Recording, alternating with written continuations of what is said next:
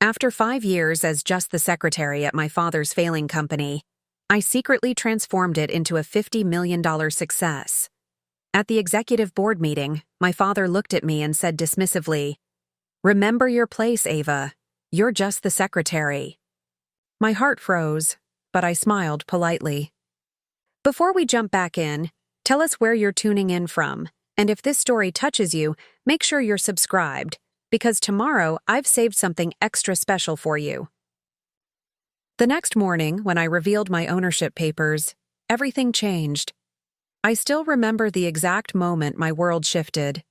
The boardroom was immaculate as always, polished mahogany table gleaming under recessed lighting, leather chairs filled with men in expensive suits, and the faint scent of coffee mixing with cologne.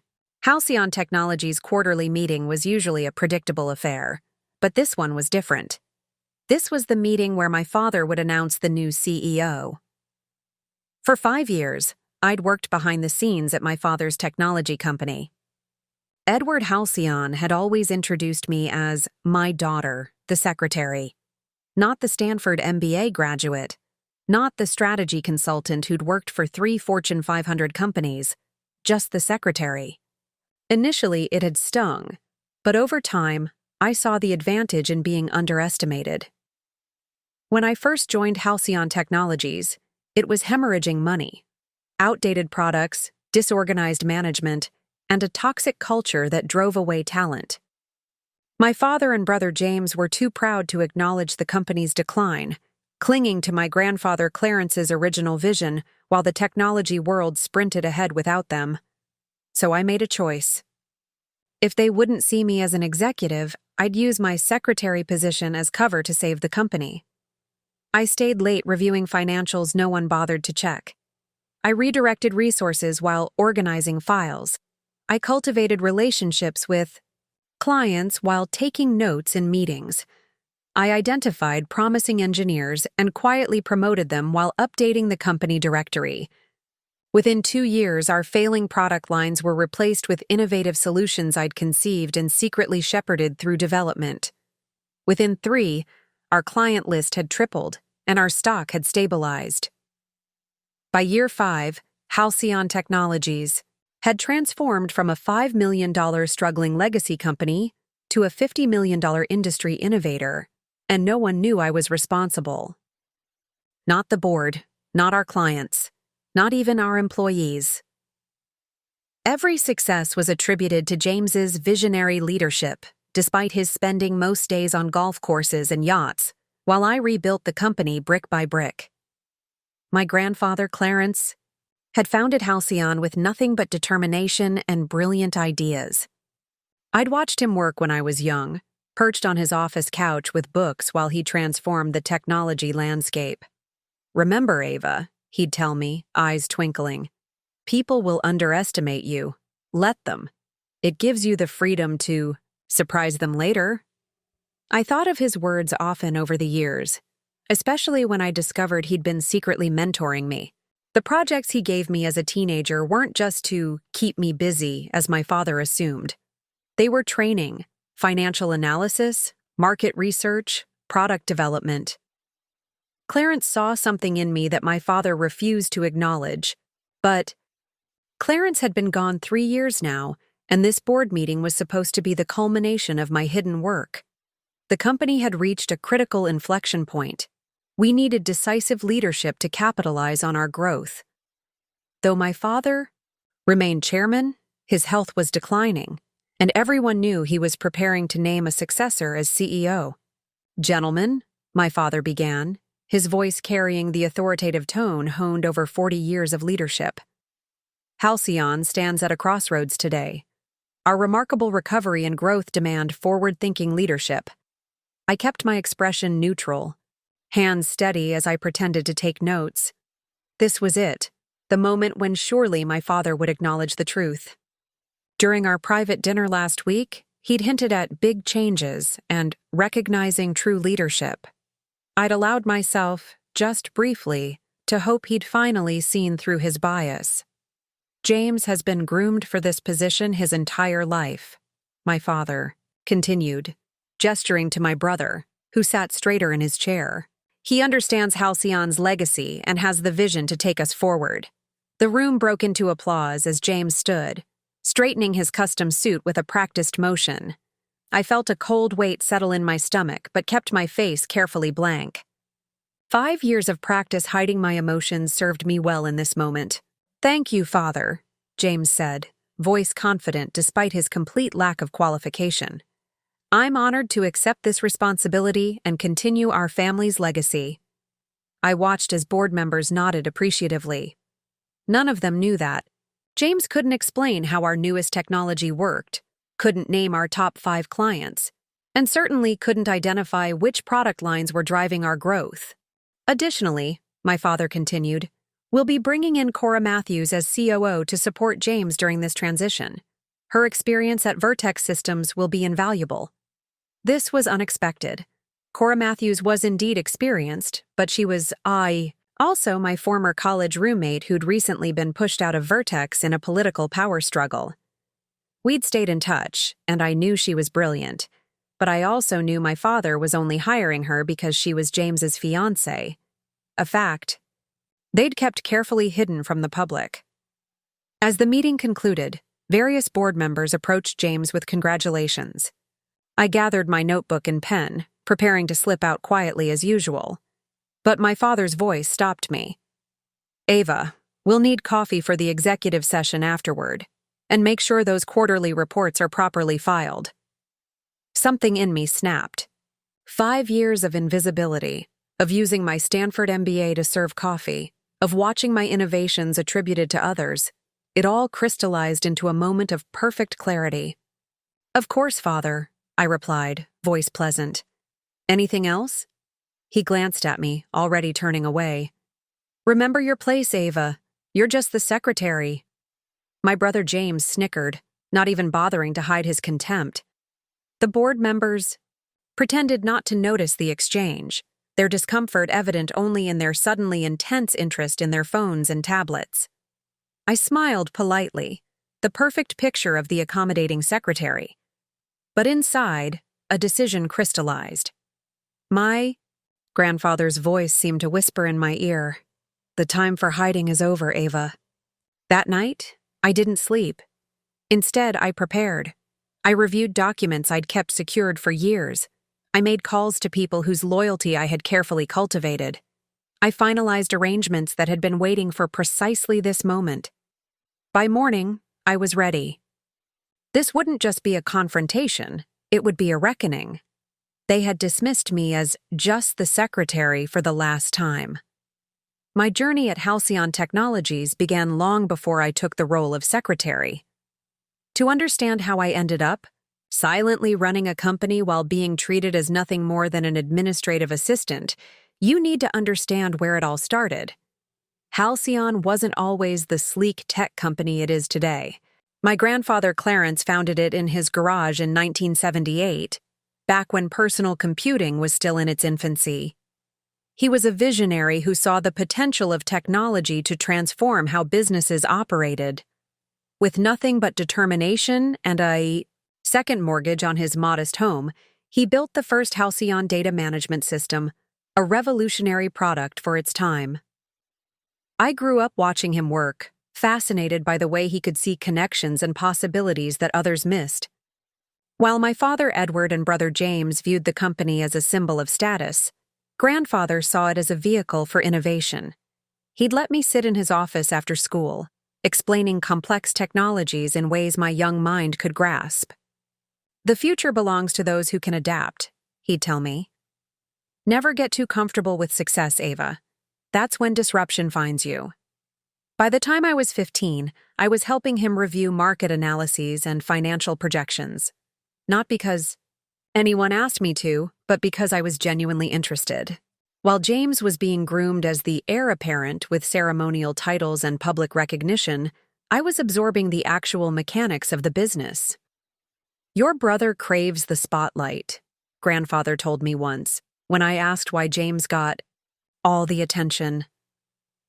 "You crave understanding. That's a far more valuable hunger in the long run." Preparing and narrating this story took us a lot of time, So if you are enjoying it, subscribe to our channel. It means a lot to us. Now back to the story. I took his words to heart, pursuing a business education with single-minded focus. My father viewed my acceptance to Stanford as a nice accomplishment for his daughter, something to mention at cocktail parties, rather than preparation for a serious career. When I graduated with my MBA, he attended the ceremony but spent most of it networking with potential clients rather than celebrating my achievement. "Education is important for a young woman," he said afterward, patting my shoulder. "It makes you well-rounded. Good conversation at dinner parties." I nearly laughed in his face.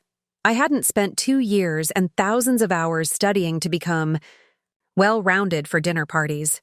I had been preparing to lead. When grandfather's health began failing 5 years ago, the cracks in Halcyon's foundation were already showing. Our flagship products were being outpaced by competitors. Our management structure had grown bloated and inefficient. James, despite his executive title, spent more time cultivating his image than understanding our technology or customers. During one of my last visits with grandfather at the hospital, he gripped my hand with surprising strength. "Halcyon is in trouble," he said, his voice low. "Edward doesn't see it. James doesn't care to look. The company needs someone who understands, both where we've been and where technology is going." "Dad won't listen to me," I said, frustrated. "He still introduces me as his little girl to business associates." A sly smile crossed my grandfather's face. "Sometimes, Ava, the most power comes from being underestimated. Take a position at the company. Any position. Watch. Learn. Build alliances. The rest will follow." When he passed away a week later, I was devastated. The funeral was a grand affair.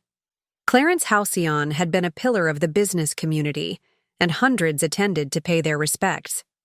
My father gave a moving eulogy about carrying on grandfather's legacy. James stood solemnly beside him, the picture of the grieving heir. I stood slightly apart, watching this performance with clear eyes. Neither of them had truly understood grandfather, or his vision for Halcyon.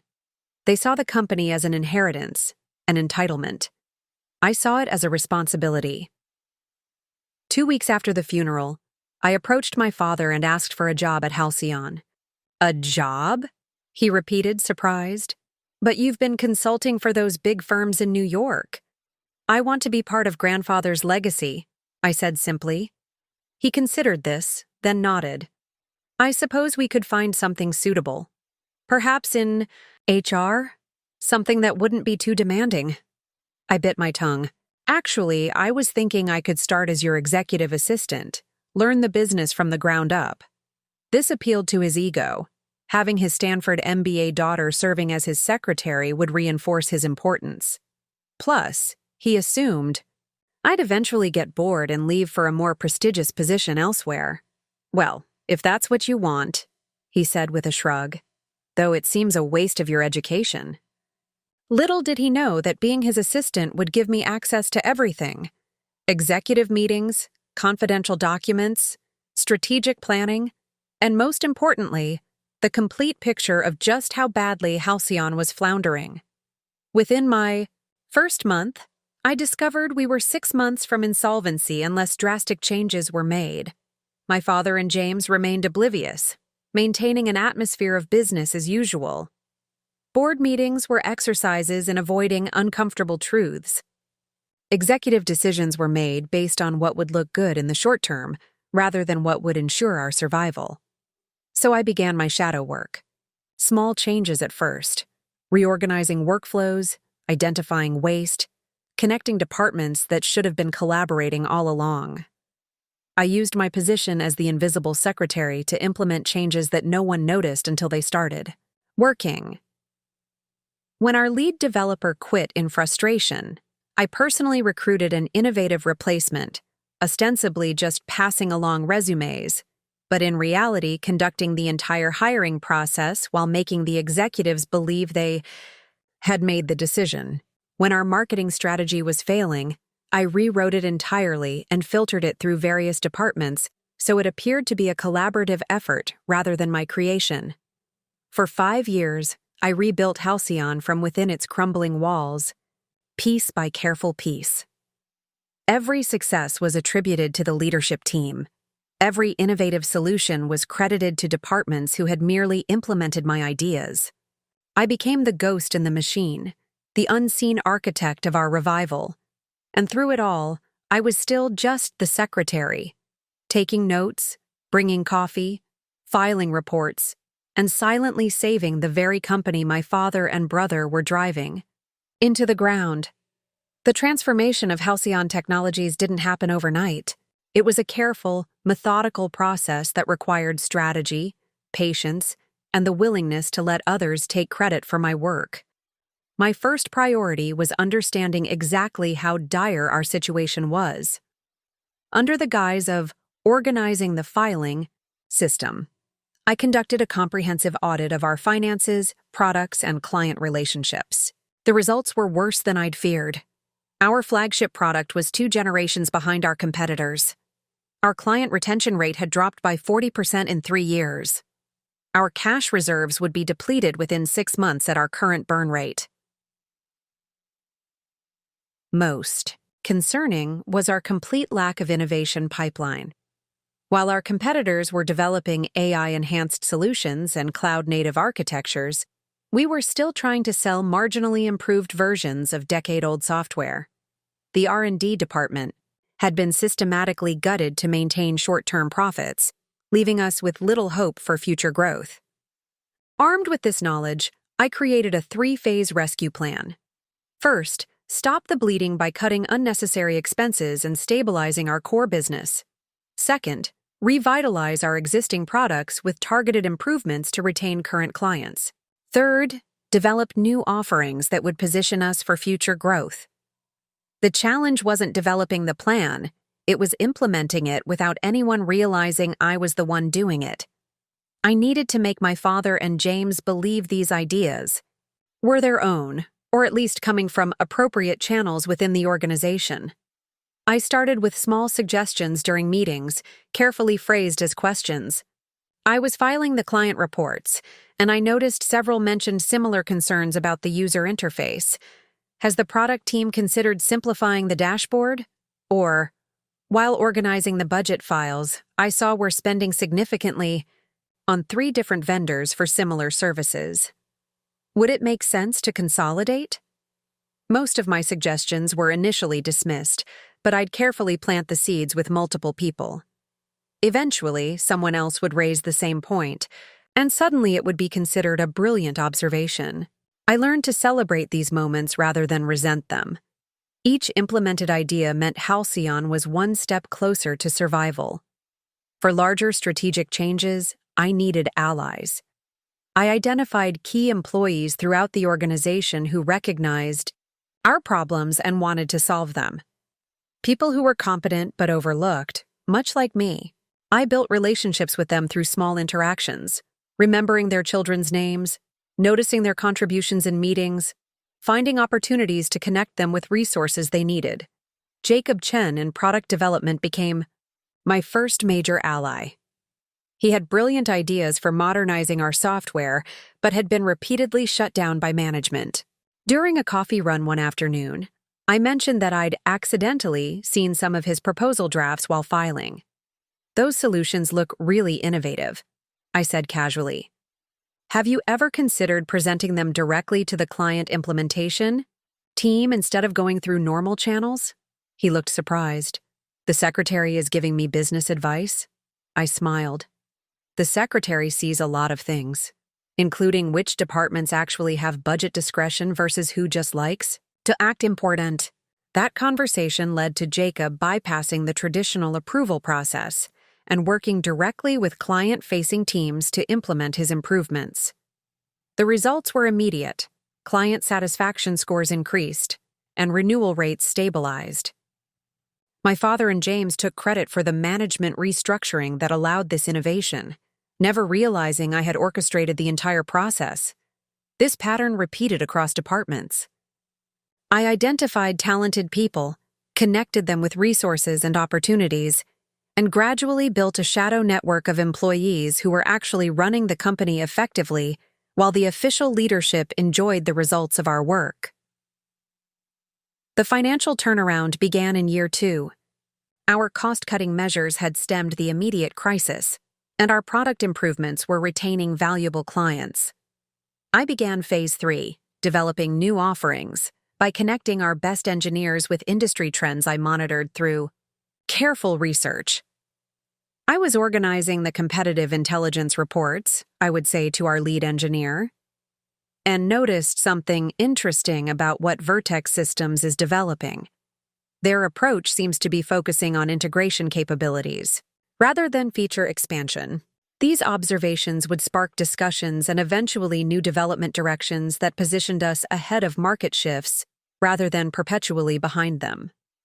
By year 3, we had launched 2 new product lines that quickly became market leaders. Our stock price had tripled. Industry analysts who had written us off as a dying company were now praising Halcyon's remarkable turnaround and visionary leadership. That leadership, of course, meant James. He became the face of our success, giving interviews about his strategic vision and commitment to innovation, concepts he barely understood, much less implemented. My father basked in the validation that his son was indeed the rightful heir to the Halcyon legacy. I continued my work in the shadows, expanding my influence and gradually taking control of more critical functions. I established relationships with our largest clients, initially making contact for scheduling purposes, but eventually becoming their trusted advisor on implementation strategies. I restructured our hiring processes to attract top talent. I initiated strategic partnerships that opened new market opportunities. Throughout it all, I maintained my cover as the efficient but unremarkable secretary. I dressed conservatively, spoke minimally in meetings unless asked direct questions, and perfected the art of being forgettable, present but not noteworthy. I learned that people rarely monitor what they don't perceive as a threat, giving me extraordinary freedom to operate. The most difficult part wasn't the work itself. It was watching my brother take credit for my achievements. Each time he presented my strategies as his own, each time he received applause for results he had nothing to do with, I had to remind myself of the bigger picture. This wasn't about recognition, it was about saving my grandfather's company and legacy. By year 5, Halcyon Technologies had transformed completely. Our valuation had grown from a struggling $5 million to a robust $50 million. We had expanded from regional to national clients. Our products were winning industry awards, and our growth trajectory had made us an attractive investment opportunity. All of this, every dollar of growth, every successful product launch, every saved client relationship, had been orchestrated by the woman everyone still referred to as just the secretary. The woman who took notes, brought coffee, and silently rebuilt an empire while being treated as invisible. But I wasn't invisible anymore, and soon everyone would know it. The quarterly board meeting that changed everything was scheduled for 9 a.m. on a Thursday in April. I had spent the previous night preparing a comprehensive analysis of our first quarter performance, a stellar report showing 28% growth year over year and our most successful product launch to date. I had written the report myself, though it would be presented as the work of our executive team. I arrived early as always, setting up the boardroom precisely how my father preferred. Water pitchers filled with exactly 3 ice cubes per glass. Presentation folders aligned at perfect right angles. Coffee service arranged on the credenza.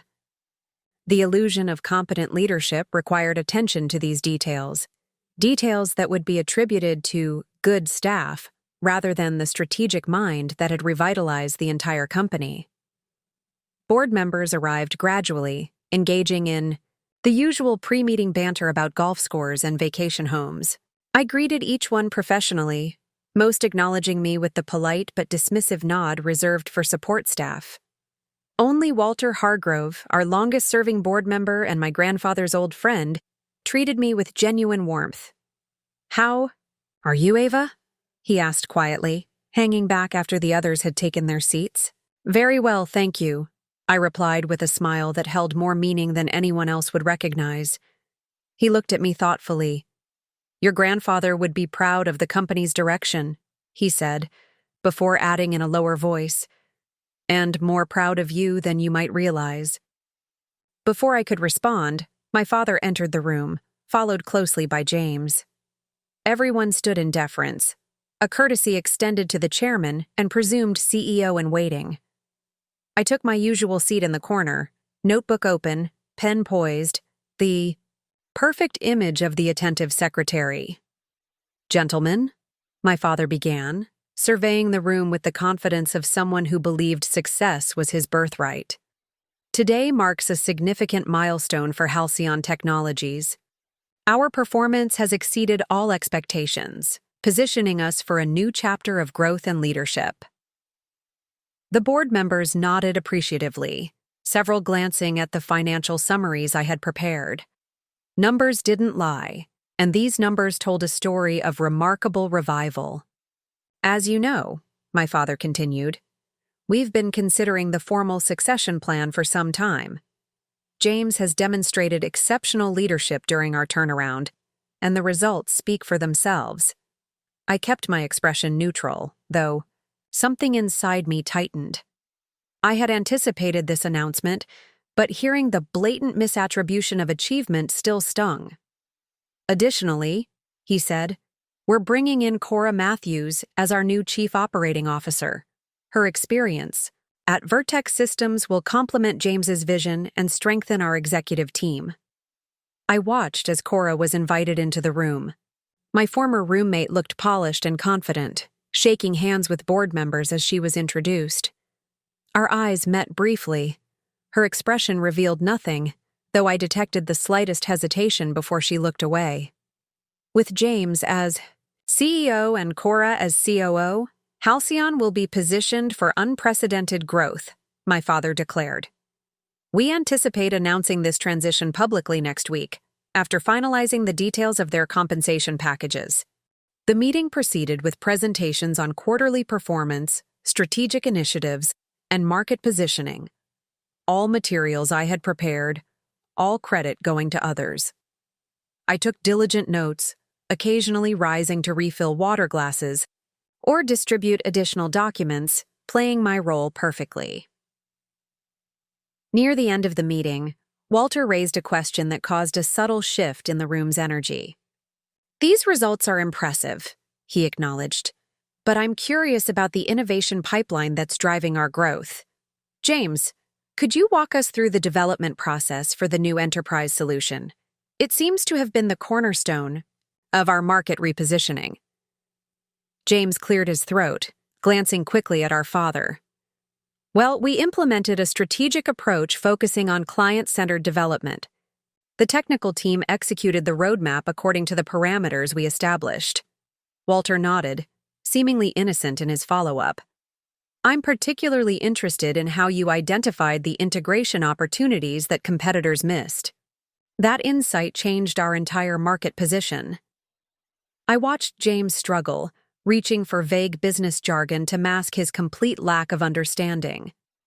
We leveraged cross-functional synergies to identify market gaps and executed accordingly. The room fell silent. Several board members exchanged glances, the emptiness of his response hanging in the air. My father quickly intervened, redirecting the conversation to safer territory, but the damage was done. For perhaps the first time, several board members were seeing the gap between our company's performance and James's actual capabilities. As the meeting concluded, my father approached me while others were gathering their belongings. Ava, Will, need to prepare the press materials for the leadership announcement. Draft something appropriate and have it on my desk by tomorrow. I looked up from my notebook. Of course. Will you want to review the succession documentation as well? He waved dismissively. That's all standard.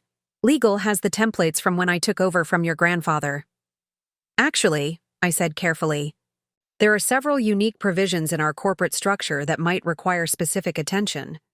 My father's expression hardened slightly. The legal department can handle it. Just focus on your administrative duties. James, overhearing, smirked as he approached. Don't worry your pretty head about the complex legal stuff, sis. That's why we have expensive lawyers. Something in his condescending tone, combined with years of watching him take credit for work he didn't understand, finally broke through my carefully maintained composure. I'm quite familiar with the legal intricacies of our corporate structure, I said, my voice calm but firm. Ava, my father warned, irritation visible on his face. Perhaps I should review the succession documentation, I continued. Given my role handling confidential materials— Enough, my father interrupted sharply. Several heads turned our way. Remember your place, Ava. You're just the secretary. The words landed like a physical blow, not because they were new, but because they illuminated with perfect clarity how little I was valued despite everything I had accomplished. 5 years of transforming the company, of creating the very success they were now claiming, reduced to just the secretary. James's smug smile widened as he adjusted his custom-tailored suit. Maybe we can find you a role in Cora's team, he said with false generosity. Something simple enough for your skill set. Board members pretended not to hear this exchange, though Walter's expression darkened perceptibly. Cora looked uncomfortable, but remained silent, her allegiance clearly established. I gathered my materials with steady hands, years of practice controlling my outward reactions. I'll have those press materials ready tomorrow, I said professionally, giving no indication of the seismic shift happening within me. As I walked out of the boardroom, my decision was made. The time for hiding in plain sight was over. My grandfather had left me more than lessons and mentorship. He had left me the tools to claim my rightful place. Tomorrow, my father and brother would learn exactly who had been running Halcyon Technologies for the past 5 years, and what just the secretary was truly capable of. To truly understand the challenge I faced, you need to understand my opposition. This wasn't simply about proving my competence. It was about confronting deeply entrenched forces that had every interest in maintaining the status quo. My father, Edward Halcyon, hadn't always been dismissive of women in business. In fact, my grandfather often told stories of how my grandmother had been instrumental in Halcyon's early success, managing the books and operations while Clarence focused on technology development. But after her death when I was just a child, something changed in my father. He retreated into a more traditional worldview, one where men built businesses and women supported them from the sidelines. By the time I was in high school, he had fully embraced this perspective. When I expressed interest in business classes, he encouraged me, not as professional development, but as a way to understand enough to support your future husband. When I chose Stanford for my MBA instead of marrying my college boyfriend, he treated it as a temporary detour before I settled into my real life. This wasn't just personal bias. It was a fundamental lens through which he viewed the world. And challenging that lens meant challenging his entire identity. James, on the other hand, was a product of this environment. As the only son, he had been told from childhood that Halcyon would someday be his. Not as something to earn, but as something he was entitled to by birth and gender. Every achievement had been celebrated disproportionately, every failure excused as gaining experience. I had watched him coast through our private high school, getting by on charm rather than effort. When he struggled at university, my father hired tutors and made donations to ensure his graduation. When he joined Halcyon straight out of college, he was given the title of Vice President of Strategic Initiatives, a position with no clear responsibilities but significant prestige. What made James particularly dangerous wasn't malice, but incompetence combined with confidence. He genuinely believed he deserved leadership despite having never successfully led anything. His understanding of our technology was superficial at best, gleaned from marketing materials rather than actual product knowledge.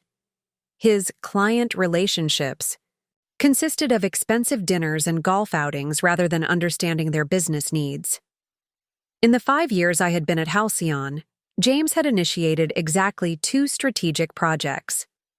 The first, an attempted expansion into government contracting, had wasted millions in pursuit of contracts we weren't qualified to fulfill. The second, an acquisition of a failing competitor, had brought nothing but technical debt and client complaints. Both disasters had been quietly cleaned up by me, working through dedicated team members who understood the actual business. And now Cora Matthews had joined this alliance against me. Cora and I had once been close, roommates at Stanford with seemingly aligned values and ambitions. But our paths had diverged after graduation. While I focused on building substance and skills, Cora had pursued advancement through relationships and image. Her engagement to James came as a shock, not because of any particular affection between them, but because of its obvious strategic advantage for both parties.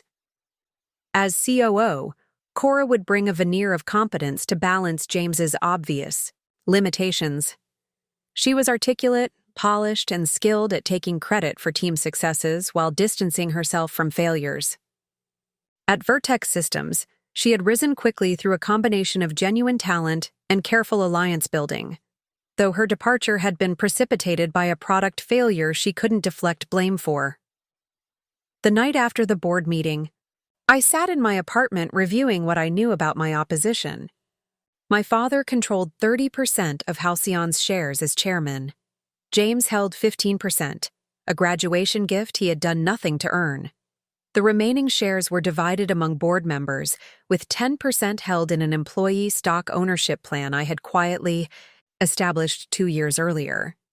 Their power extended beyond stock ownership. My father had deep relationships with most board members, having served on various committees and civic organizations together for decades. James had cultivated the younger executives, creating a social circle that mixed business and pleasure. Through regular outings and weekend retreats, they also controlled the narrative. To the outside world, the story of Halcyon's revival was already written.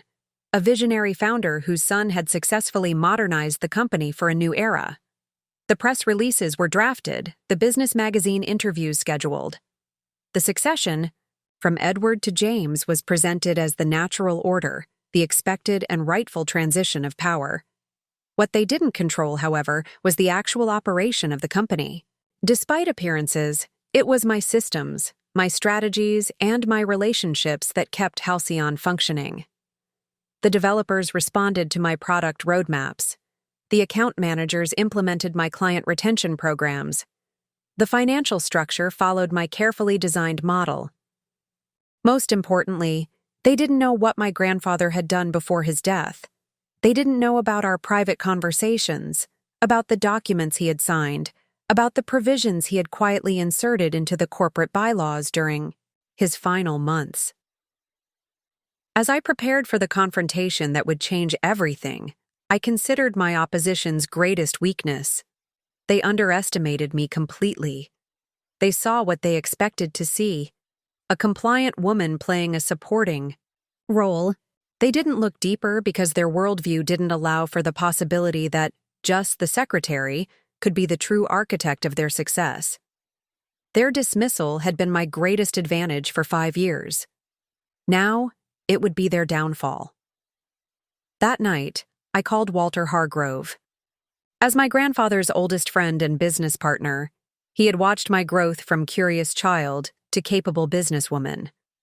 More importantly, he had been the witness to my grandfather's final amendments to the corporate structure. "It's time, isn't it?" he asked when he heard my voice. "Yes," I replied. "Tomorrow morning."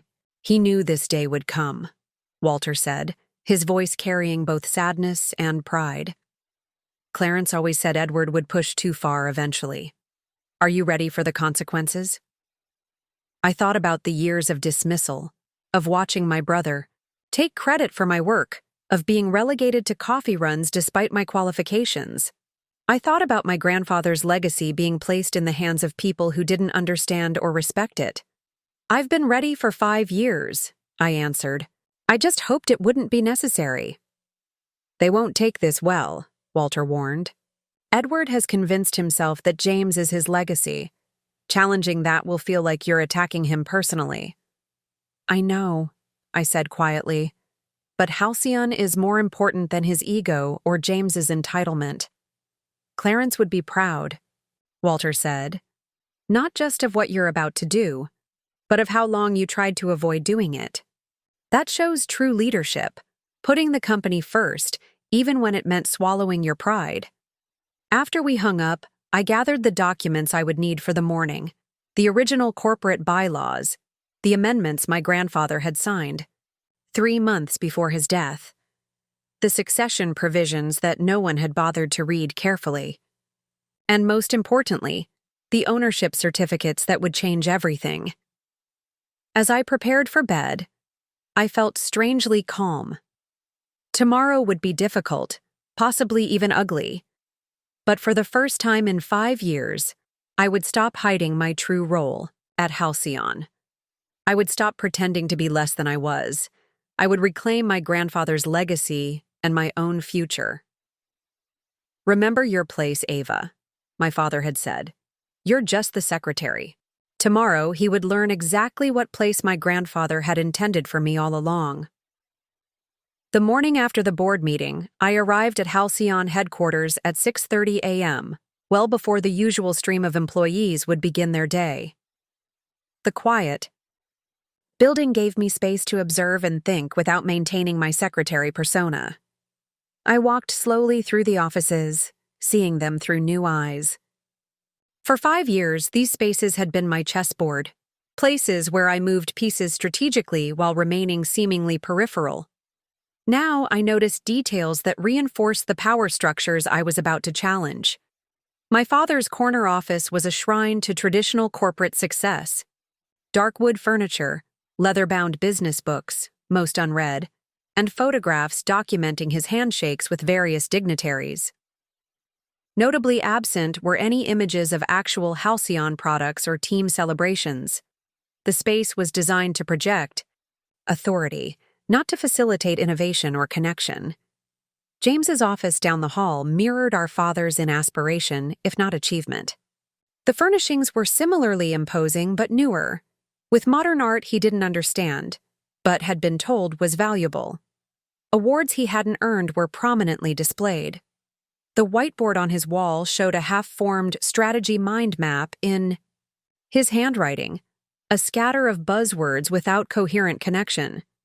The executive floor was physically and symbolically separated from the operational teams by 2 floors and keycard access restrictions I had quietly implemented, not to isolate leadership, as they assumed, but to give our actual innovators freedom from constant executive interference. As I continued my walk, I entered the product development area where our engineers were creating the technology that had revitalized Halcyon. Jacob. Chen's corner workspace was already occupied despite the early hour. His dedication hadn't gone unnoticed or unrewarded in my shadow organization. I had ensured he received equity, resources, and the freedom to innovate without bureaucratic obstacles. Early morning or late night? I asked, causing him to look up from his monitor with surprise. Ava, both actually. The integration module for the new healthcare vertical is giving me trouble. He glanced around before continuing in a lower voice. I tried to schedule a meeting with James to get approval for additional development resources, but his assistant said he's booked with strategic planning all week. I had seen James's actual calendar. The strategic planning was a golf retreat with potential investors who were being courted based on our recent performance created by people like Jacob. What if resources weren't an issue? I asked carefully. What would you need to make this integration successful? Jacob looked at me curiously. 2 more senior developers and about 3 weeks of focused work. But that's not going to happen with the current approval process. I nodded. Things change, Jacob, sometimes more quickly than we expect. As I continued my assessment, I visited each department that had been instrumental in Halcyon's transformation.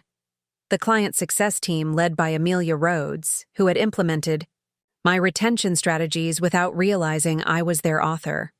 The finance department, where Piper Williams had executed my cost optimization plans, believing they came from official leadership channels.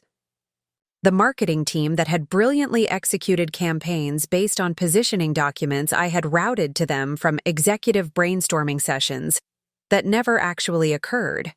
Each conversation reinforced what I already knew. Halcyon functioned because of a shadow network of competent professionals who had been empowered through my behind-the-scenes efforts. They didn't know I was their true leader, but they recognized that something in the organization was working despite, not because of, the official executive team. By 8 a.m., employees were arriving in greater numbers. I shifted back into my secretary persona, greeting people professionally while observing their interactions.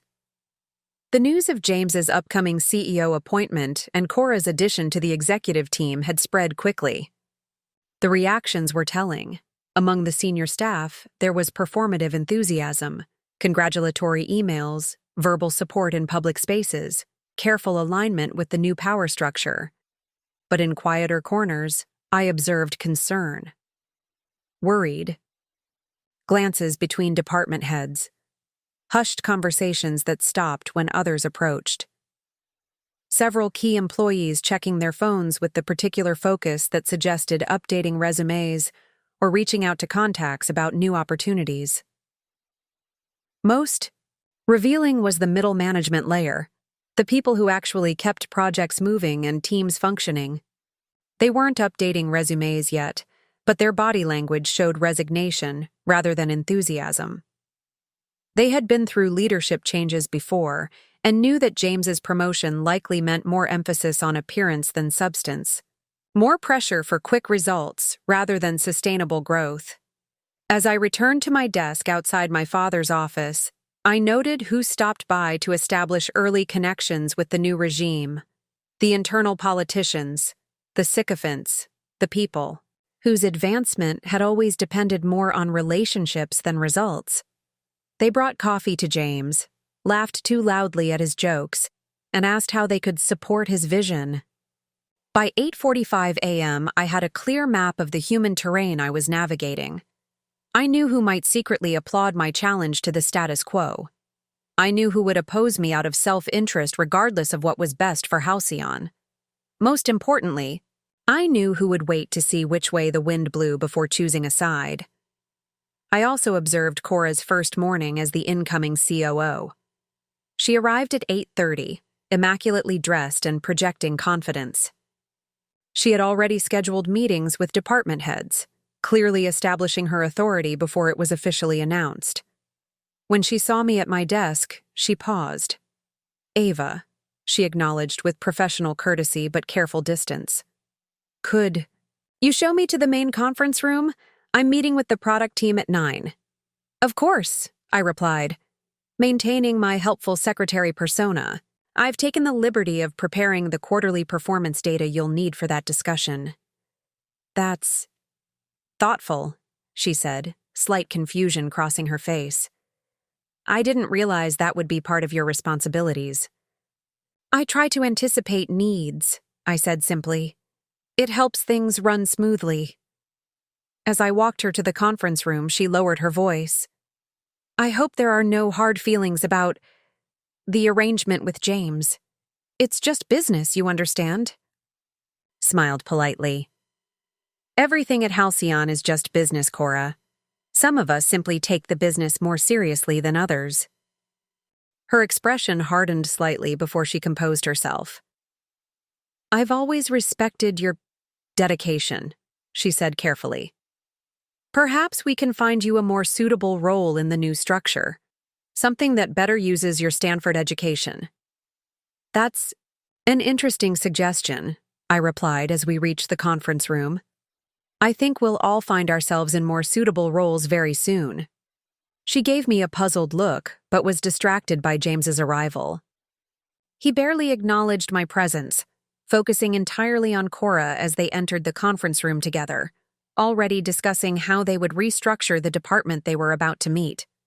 I returned to my desk and checked the time. 8:55 a.m. My father would arrive at 9 on the dot, as he had every day for 30 years. The documents I needed were arranged perfectly on my desk, hidden beneath the morning correspondence I would normally present for his review. The assessment was complete. The opposition was exactly as expected, confident, entrenched, and completely unprepared for what was about to happen. The potential allies were in place, though they didn't yet know they were allies. The battleground was familiar territory that I had mapped more thoroughly than anyone realized. At precisely 9 a.m., the elevator doors opened, and my father stepped out, briefcase in hand. It was time. What no one at Halcyon understood, what they couldn't possibly have imagined, was that I had been preparing for this confrontation since before I even joined the company. The true nature of my relationship with my grandfather had remained our secret, maintained even after his death. My father approached his usual path to his office, nodding perfunctorily as he passed my desk. "Morning, Ava, coffee black, and get James and Cora for the 9:30 planning meeting for the announcement." "Good morning, Father," I replied, rising from my seat. "Your coffee will be ready in a moment. Before you settle in, there's something important we need to discuss." He paused, a flicker of irritation crossing his face at the deviation from routine. "Whatever it is can wait until after I've reviewed the overnight reports." "Actually, it can't," I said, my tone shifting subtly. There was something in my voice, a new firmness, perhaps, that made him look at me more directly than he had in years. "What's so urgent?" he asked, impatience evident. "It's about the succession plan and the CEO appointment," I said, gathering the folder from beneath the morning correspondence. "There are complications you need to be aware of immediately." This caught his attention, as I knew it would. Anything that might disrupt his carefully orchestrated transition would be considered a threat. "What complications?" he demanded, finally entering his office and setting his briefcase down. I followed him in, closing the door behind me.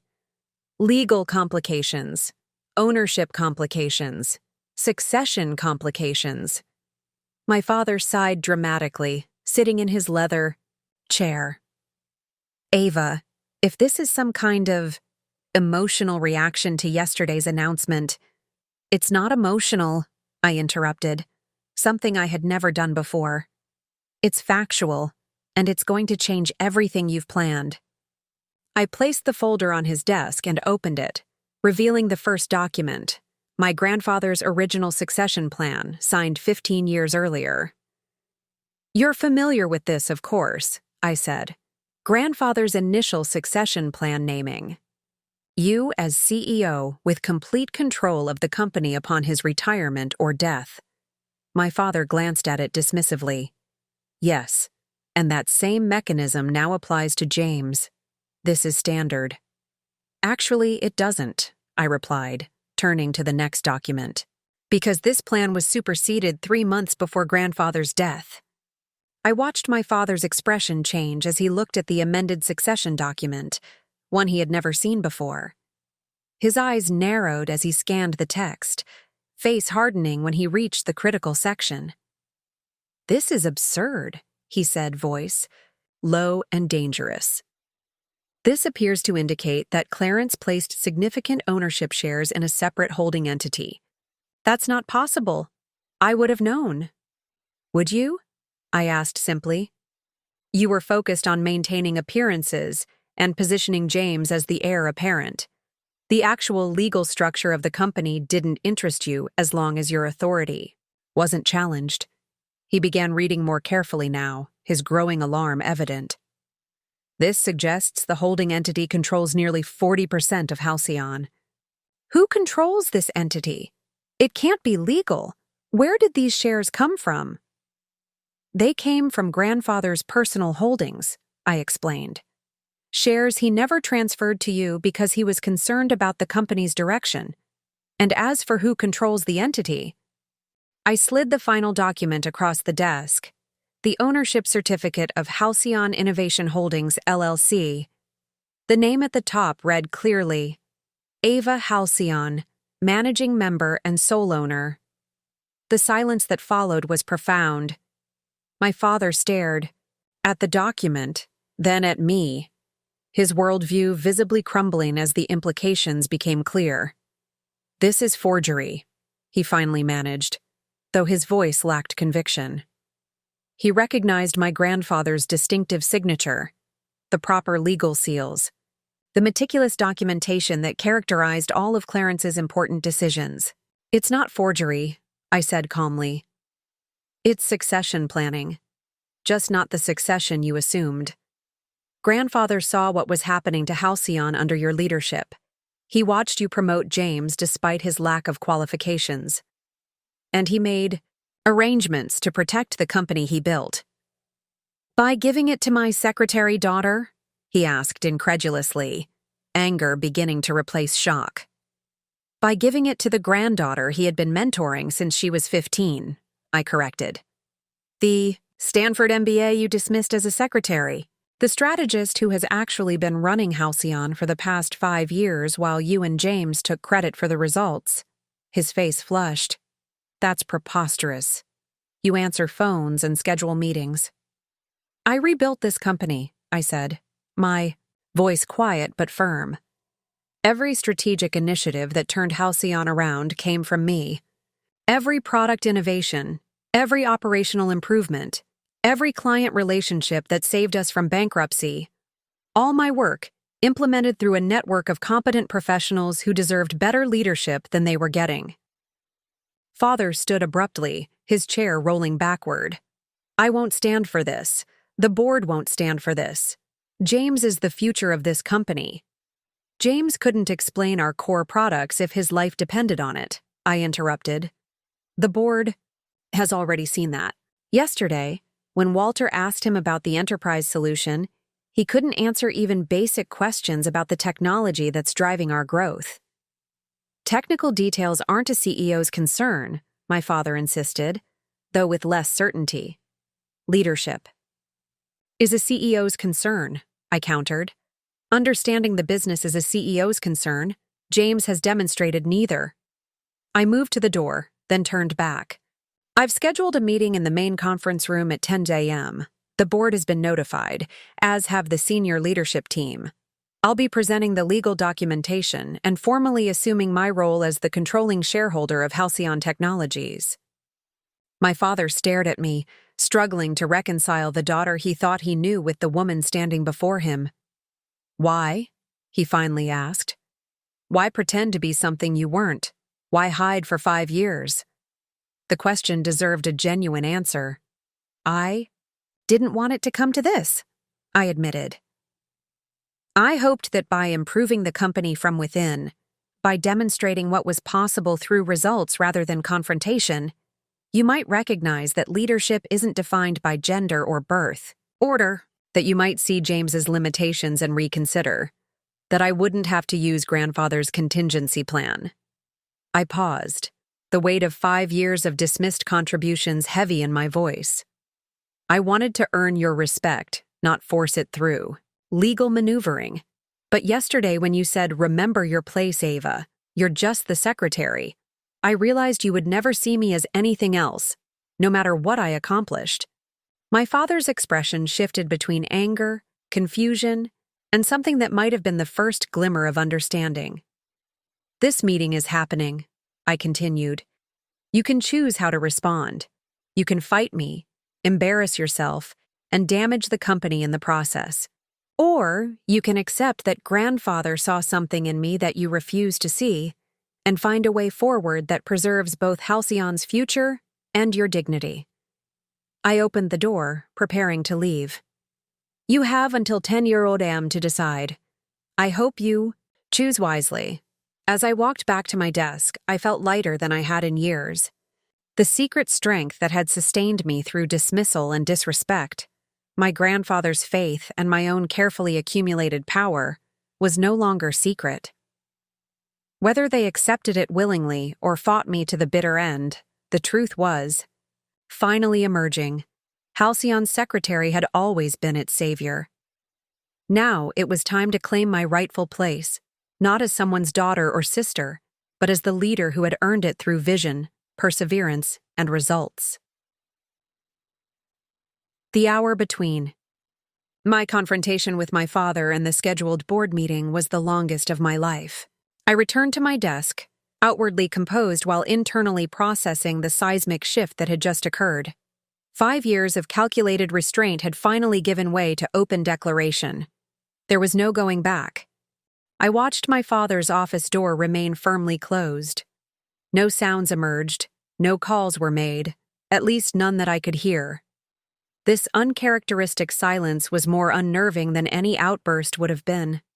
Edward Halcyon was not a man who processed setbacks quietly. His stillness suggested he was either in profound shock or calculating a counteroffensive. At 9:20, James strode past my desk, heading for our father's office. His usual smug acknowledgement of my presence was absent. He didn't look at me at all. Someone had called him. The battle lines were being drawn. I took a deep breath and allowed myself a moment of pure, unfiltered emotion. The anger I had suppressed for years threatened to surface.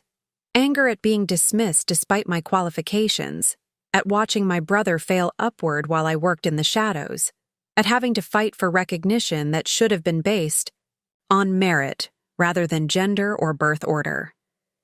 Beneath the anger lay hurt, a child's fundamental pain at parental rejection. Why had my accomplishments never been enough? What would it have taken for my father to see me as worthy of the Halcyon legacy? Had his vision been so clouded by traditional expectations that he couldn't recognize the very qualities my grandfather had valued? And deeper still was fear. Not of losing. The legal documentation was ironclad, and Walter would support its authenticity. What terrified me was winning at the cost of destroying my family entirely. Would there be any path to reconciliation after this? Could my father ever accept my leadership, or would his pride prevent him from ever truly seeing me? These emotions threatened to overwhelm me, but I couldn't afford to indulge them. Not now. The company I loved, the legacy I had fought to preserve, required clear thinking and strategic action. Emotional catharsis would have to wait. At 9:35, Cora emerged from the conference room where she had been meeting with the product team. Her confident stride faltered slightly when she saw me at my desk, apparently still in my secretary role despite whatever James might have told her. She hesitated, then approached. "Ava," she said, her voice carefully modulated. "James just texted that the 9:30 planning meeting is delayed. Do you know anything about that?" I met her gaze steadily. "The meeting has been superseded by a full board and leadership session at 10 a.m. Her perfectly manicured hand tightened around her tablet. "I wasn't informed of any board meeting."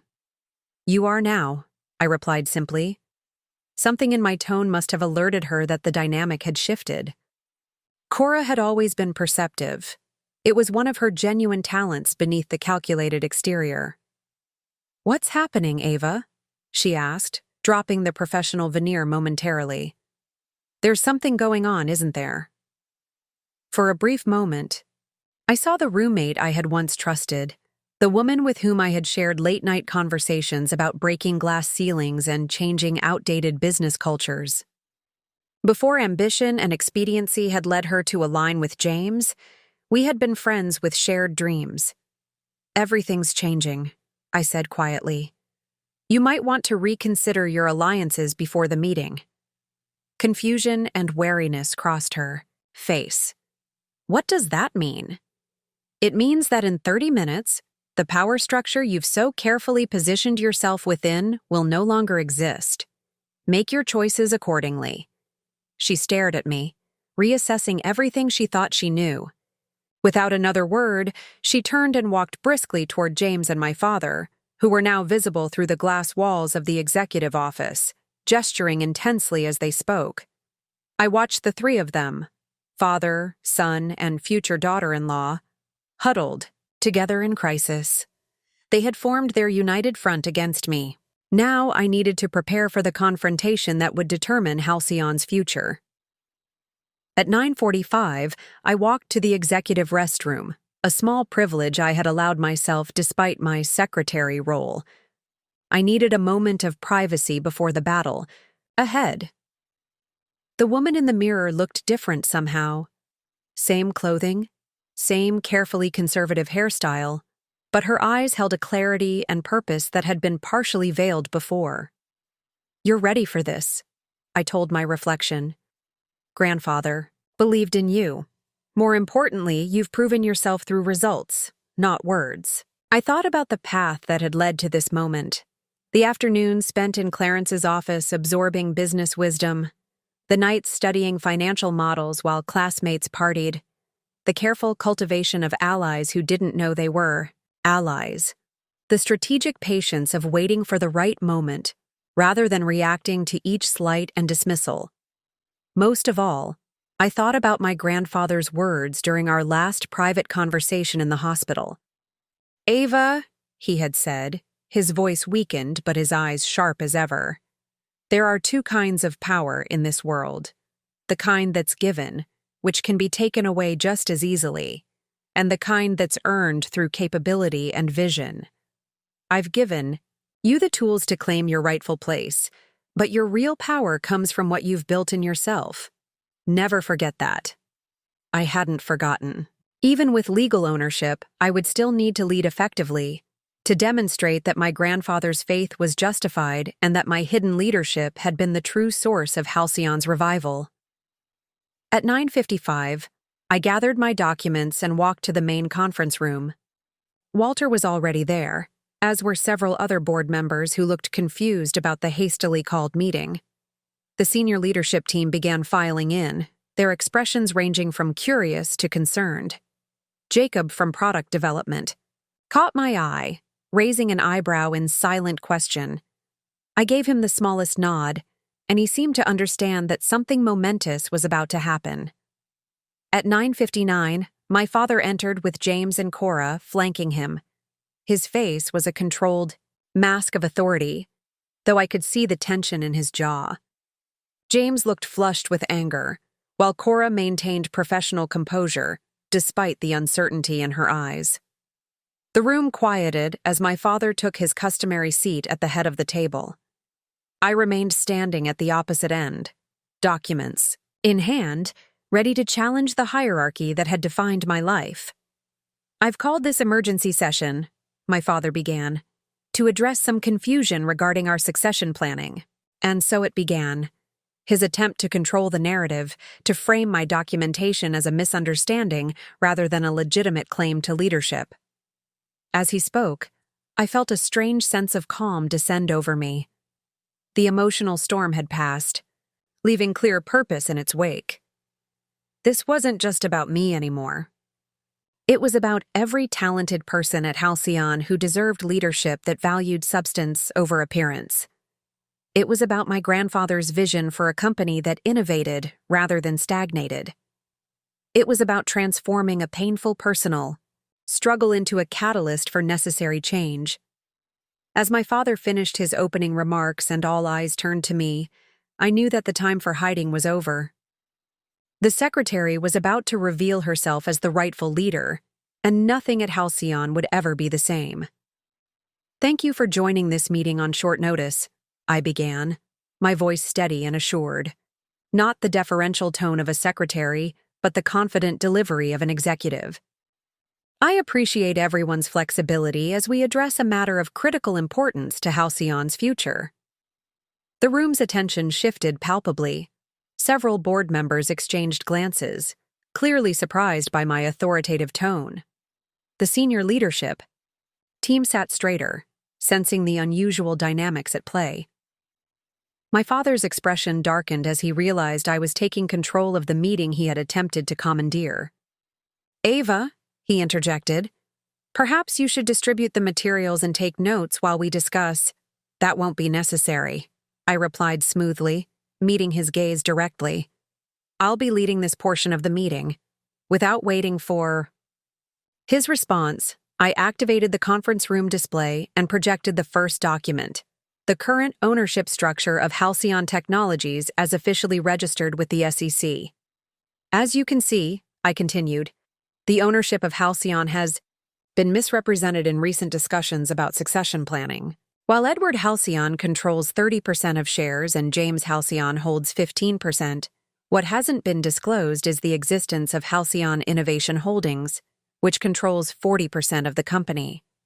Murmurs spread through the room. Walter Hargrove nodded slightly, while most board members looked genuinely surprised. My father's jaw tightened as he realized I was laying out my case methodically rather than making an emotional appeal. "Who controls this holding company?" asked Richard Tanner, our longest-serving board member after Walter. I switched to the next document, the LLC registration clearly showing my name as the sole managing member. "I do," I stated simply. "By extension, I am the largest shareholder of Halcyon Technologies and have been for the past 5 years." The room erupted in confused conversation. James stood abruptly, his face flushed. "This is ridiculous," he exclaimed. "Some kind of forgery or manipulation? My sister has always been jealous of—" "The documentation is genuine," Walter interrupted, his authoritative voice cutting through the chaos. "I witnessed its execution by Clarence Halcyon 3 months before his death. He created this structure deliberately and with full legal counsel." All eyes turned to Walter, whose reputation for integrity was unimpeachable. As my grandfather's oldest friend and business partner, his confirmation carried immense weight. "Why would Clarence do this without informing the board?" asked another member, visibly disturbed by the revelation. I advanced to the next slide, a letter written by my grandfather, addressed to the board but never delivered. I had debated whether to share this deeply personal document, but ultimately decided that transparency was necessary. "My grandfather prepared this letter explaining his decision," I said. "With your permission, I'll read the relevant portion." No one objected, though my father looked as if he might. I began reading. "To the Board of Directors of Halcyon Technologies, 4B. You are reading this. Then circumstances have required Ava to assert her rightful position within the company. I had hoped this would not be necessary, that merit and results would speak for themselves. But I have lived long enough to know that tradition and bias often overrule evidence and capability. For the past 15 years, I have been privately mentoring Ava in all aspects of business leadership. Her understanding of technology, markets, and organizational dynamics exceeds that of many executives with decades more experience. Her strategic vision for Halcyon's future aligns with my own, while incorporating fresh perspectives our company desperately needs. I have watched with disappointment as Edward has consistently overlooked her contributions while promoting James, despite his limited capabilities. This pattern threatens the company's future and disrespects the meritocratic principles upon which Halcyon was founded. Therefore, I have transferred controlling interest to Ava through Halcyon Innovation Holdings. This decision was not made lightly, but with absolute conviction that she represents the best hope for the company's continued success. I ask the board to support this transition and to evaluate Ava's leadership based on results rather than preconceptions. Halcyon has always thrived by embracing change rather than resisting it. This is no exception. The silence that followed was profound. My father stared at the screen, seeing his own father's words condemning his leadership decisions. James had sunk back into his chair, the reality of his situation finally penetrating his sense of entitlement. I continued my presentation, shifting from legal authority to demonstrated results. I displayed performance metrics for the various initiatives I had implemented over the past 5 years. Initiatives previously attributed to others, but now clearly linked to my direction through detailed documentation. The enterprise solution that has driven 40% of our recent growth? I designed the product roadmap and feature set, working directly with Jacob Chen's team. Jacob nodded in confirmation, finally understanding why his most successful projects had always seemed to receive mysterious support despite official channels blocking them. Our client retention program that reversed our churn rate? I developed and implemented it through Amelia's client success team. Amelia's eyes widened with recognition, connecting the dots of how her department had been subtly guided toward effective strategies that seemed to emerge from nowhere. The operational efficiency improvements that reduced costs by 22% while improving quality metrics? I restructured those systems personally, working through various team members who implemented specific components.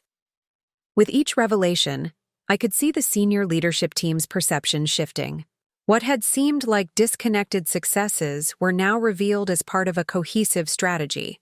My strategy, executed from behind the scenes while I maintained the appearance of a secretary. For 5 years, I concluded, I have effectively led this company while allowing others to take credit for the results. I did this not from lack of confidence or capability, but from a genuine hope that the company could succeed without the disruption of challenging existing power structures. Yesterday made it clear that this approach is no longer sustainable. I turned to face my father directly. When you said, "Remember your place, Ava. You're just the secretary," you confirmed what I had long suspected, that no amount of success would change your perception. No contribution would be recognized as long as it came from me rather than James. My father's expression was unreadable, a complex mixture of anger, shock, and perhaps, though it might have been wishful thinking, the first glimmer of recognition that he had profoundly misjudged his daughter. Cora, ever the strategic thinker, had remained silent throughout my presentation, carefully assessing the shifting power dynamics. Now she spoke, her tone measured. "This is certainly unexpected," she said carefully. "But assuming the legal documentation is valid, what exactly are you proposing, Ava?" It was a good question, pragmatic and forward-looking. Despite our complicated history, I had always respected Cora's intelligence. "I'm not proposing anything," I replied. "I'm stating facts. As controlling shareholder, I am exercising my right to appoint Halcyon's CEO. Effective immediately, I will assume that role." I looked around the room, meeting each person's gaze directly. This isn't a hostile takeover, it's a correction. Halcyon will continue to thrive, but under leadership that understands both its history and its future potential. I welcome those who share that vision to remain part of our team, regardless of past alignments. My eyes finally settled on my father and brother. Family relationships and business roles are separate considerations. I hope we can find a path forward that honors both. But the company's welfare must take priority over personal feelings or traditional expectations. The strategic assembly was complete. I had presented my case not through emotional appeals, but through documentation, witnesses, and demonstrable results. The foundation I had carefully built over 5 years, legal, operational, and relational, now stood revealed in its full strength. What remained was to see how my opposition would respond to this fundamental shift in their understanding of both Halcyon Technologies and the woman they had dismissed as just the secretary. The aftermath of my presentation created a boardroom atmosphere unlike anything Halcyon had ever experienced. The immaculate space with its polished table and ergonomic chairs had transformed into something else entirely. A battlefield where decades of assumptions and power structures were being challenged in real time. The initial shock was giving way to a kaleidoscope of reactions. Some board members were reviewing the documents I had distributed, scrutinizing the legal language with newfound intensity. Others were whispering among themselves, forming impromptu alliances or recalculating their positions. The senior leadership team seemed caught between concern for their own futures and a dawning recognition of why the company had actually improved over the past 5 years. My father broke the tense silence first, his voice controlled but with an undercurrent of fury I recognized from childhood disagreements. "This is unprecedented," he said. attempting to reclaim control of the meeting. Regardless of these documents, there are protocols for leadership transitions. The board must have time to review, to consider all implications. The board has no authority to overrule share ownership, Walter interjected firmly. As Clarence's written succession plan makes clear, this transfer of control was legally executed and properly documented. The only question is how we implement this transition. Richard. Tanner, always the pragmatist, leaned forward. I'd like to hear from legal counsel on this matter. Of course, I agreed immediately. Patricia Winters from corporate counsel is on her way. I've provided her with the documentation in advance so she can offer an informed opinion. James slammed his hand on the table, his face contorted with the entitled rage of someone unaccustomed to not getting his way. This is absurd. You've been planning this coup for years. Manipulating grandfather when he was ill, creating a paper trail to steal what isn't yours. That's enough, James, Walter said sharply. Clarence was of sound mind and had discussed these concerns with me for years before formalizing them. Your accusations dishonor his memory and judgment. Cora placed a restraining hand on James's arm, her strategic mind clearly processing faster than his emotional reactions. Perhaps we should all take a step back and consider what's best for Halcyon, she suggested, her voice measured. If these ownership documents are valid, fighting them could create instability that would damage the company. I recognized her pivot immediately, already positioning herself for whatever new reality was emerging. Cora had always been adaptable, which made her both a valuable ally and a dangerous opponent. The boardroom door opened, and Patricia Winters entered with her characteristic efficiency. Our head of legal affairs for the past decade, Patricia had been one of my quiet allies, though she hadn't known the full extent of my grandfather's planning. Ms. Winters, my father acknowledged, straightening slightly. We need your assessment of some documentation that has been presented regarding company ownership and control. Patricia glanced briefly at me before addressing the room. I've reviewed the materials Ms. Halcyon provided this morning and compared them with our corporate records. The documentation appears completely valid and properly executed. Halcyon. Innovation Holdings does indeed control 40% of company shares, and Ms. Ava Halcyon is the sole managing member of that entity. My father's face tightened. And this wasn't brought to my attention as chairman? The registration of the holding company was properly filed with the SEC 5 years ago, Patricia replied evenly.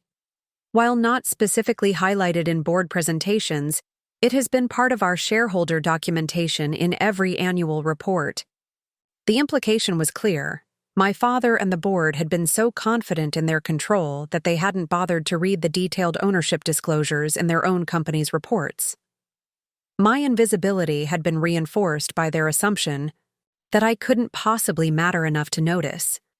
James looked to our father in growing panic. This can't be legal. There must be some way to challenge. There isn't, Patricia stated flatly. Not without protracted litigation that would almost certainly fail and would definitely damage the company in the process. The atmosphere shifted again as the reality settled in. This wasn't a negotiation or an emotional appeal. It was a fate, accompli backed by ironclad legal documentation and the explicit wishes of Halcyon's founder. My father's expression changed, anger giving way to something more calculated. He had always been a strategic thinker when his position was threatened. Even if the ownership structure is as presented, he said carefully, there's the matter of experience and continuity. The transition of a CEO requires careful planning, knowledge transfer. I couldn't help the small, involuntary laugh that escaped me.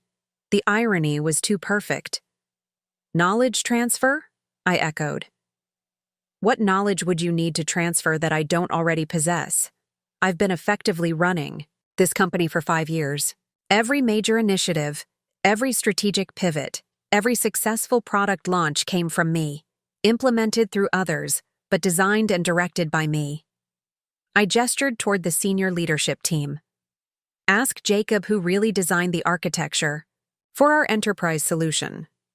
Ask Amelia, whose client retention strategy reversed our churn rate.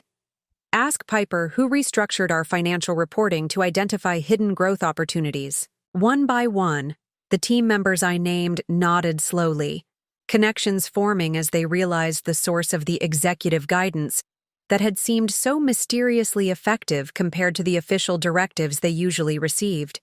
Is this true? My father asked Jacob directly, his voice betraying rare uncertainty. Jacob glanced at me, then back to my father. The architectural framework that saved the enterprise division came from Ava, he confirmed. We were told it was approved through executive channels, but the actual direction always came through her. And it was brilliant. None of us could figure out why leadership suddenly understood technical needs so perfectly. Similar confirmations came from others, each revelation further cementing the truth.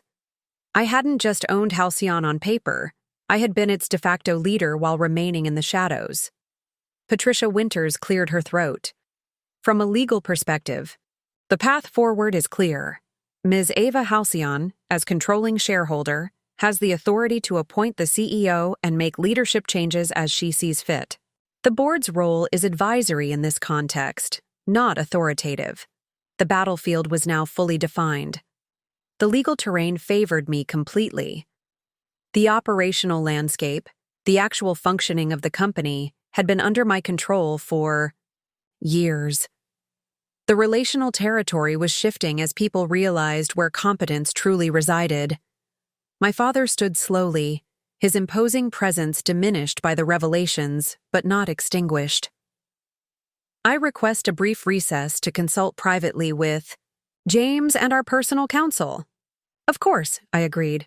We'll reconvene in 30 minutes. As they departed, the remaining board members and executives shifted uncomfortably, unsure of protocol in this unprecedented situation. I remained standing at the head of the table, the position I had earned but never claimed until now. I understand. This is unexpected, I acknowledged to the room. But I want to be clear. This isn't about personal grievances or family drama. It's about ensuring Halcyon continues to thrive with leadership that understands both its history and its future potential. Walter nodded approvingly. Several others seemed to relax slightly, responding to the calm confidence I projected. The battlefield was set. The first skirmish had gone decisively in my favor. Now I needed to prepare for the counterattack that would inevitably come when my father and brother returned, men who had never accepted defeat gracefully and who would not surrender their perceived birthright without one final desperate stand. The 30-minute recess stretched to 45 as my father, James, and their hastily summoned personal attorney sequestered themselves in my father's office. Through the glass walls, I could see animated discussions, papers being reviewed, and occasional glances in my direction. They were searching for any weakness in my position, any counter-argument that might preserve the power structure they had taken for granted. Meanwhile, the boardroom had transformed into an impromptu strategy session. Board members clustered in small groups, reassessing alliances and calculating implications. The senior leadership team remained seated, processing the revelation that the secretary they had largely ignored had actually been directing their most successful initiatives. Walter approached me, speaking quietly. Clarence would be proud, not just of the outcome, but of how you've handled yourself. Dignity over dramatics. Thank you, I replied, genuinely moved by his words. I wish he could have seen this. He did see it, Walter said with a small smile. He saw it in you long before today. That's why he made the arrangements he did. Our conversation was interrupted as Cora approached, having detached herself from James's orbit to assess her own position independently. Ava, she began, her tone carefully calibrated between respect and caution. Regardless of how this resolves, I want you to know that my acceptance of the COO position wasn't personal. It was a strategic career move. I studied her face, the former friend who had aligned herself with my brother not from affection, but from calculation. I understand strategy, Cora. Perhaps better than you realized. She nodded, acknowledging the point. What happens now? With the company? And with my position? That depends partly on what happens when they return, I answered honestly. But, ultimately, I'll be making decisions based on merit and contribution, not personal history. Anyone who genuinely adds value to Halcyon will have a place. Her relief was visible, but tempered with newfound wariness. Cora was realizing what others were just beginning to understand, that beneath my quiet exterior lay a strategic mind that had outmaneuvered everyone for years. At precisely 50 minutes after the recess began, my father returned with James and their attorney. Their expressions told the story before they spoke, the tight, resigned look of men who had exhausted their options and found no viable path forward. As everyone resumed their seats, I noticed a shift in the room's energy. The uncertainty that had permeated the space earlier had crystallized into anticipation. The power was visibly transferring, not just legally through documentation, but psychologically in how people position themselves, in their body language, in the direction of their attention. My father took his customary seat at the head of the table, a final assertion of the authority he had wielded for decades. I remained standing at the opposite end, making no move to challenge this symbolic positioning. The real power had already shifted. Contesting seating arrangements would be petty. After consultation with counsel, my father began, his voice carefully controlled. We acknowledge the legal validity of the ownership structure presented by Ava. While the method of its revelation is unconventional, the documentation appears to be in order. This grudging acknowledgement was as close to acceptance as I could expect. I nodded slightly, recognizing both the concession and the implied criticism. However, he continued, his businessman instincts emerging, abrupt leadership changes create unnecessary disruption and potential market uncertainty.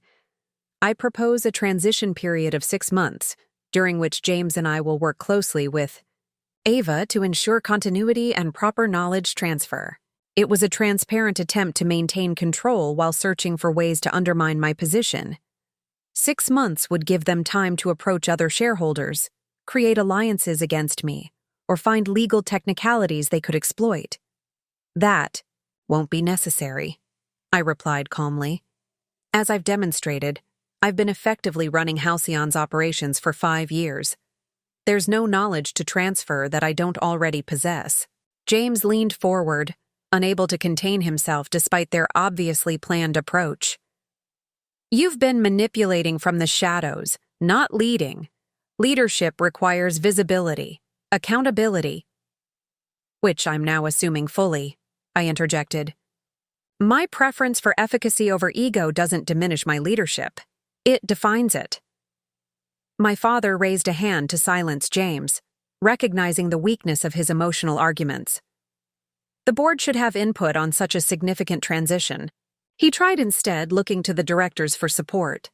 Walter spoke before I needed to. The board serves at the pleasure of the shareholders, Edward. That's corporate governance 101. If Ava controls 40% of shares directly and you and James collectively control 45%, the remaining 15% held by minor. Shareholders and the employee ownership plan isn't enough to overrule her position, especially since I and several others will be voting our portions with Ava. The room absorbed this statement, understanding its implications. Even if my father and brother united against me with their 45%, they couldn't assemble a majority coalition. The mathematical reality was undeniable. My father's jaw tightened as he recognized the finality of his position. And what role do you envision for me and James in this new structure? He asked, voice ice cold. This was the turning point, the moment where I could choose retribution or reconciliation, punishment, or pragmatism. That depends on what you can contribute, I said carefully. This isn't about personal vendettas. It's about having the right people in the right positions to move Halcyon forward. I looked directly at James. Your skills in relationship building and public representation have value when properly directed, but they don't qualify you for CEO.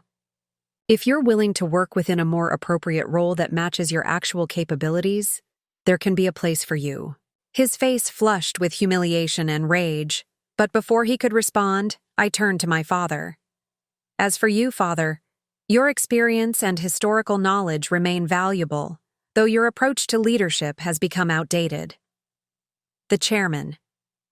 Emeritus position would allow you to maintain your external relationships and board presence while transitioning operational control.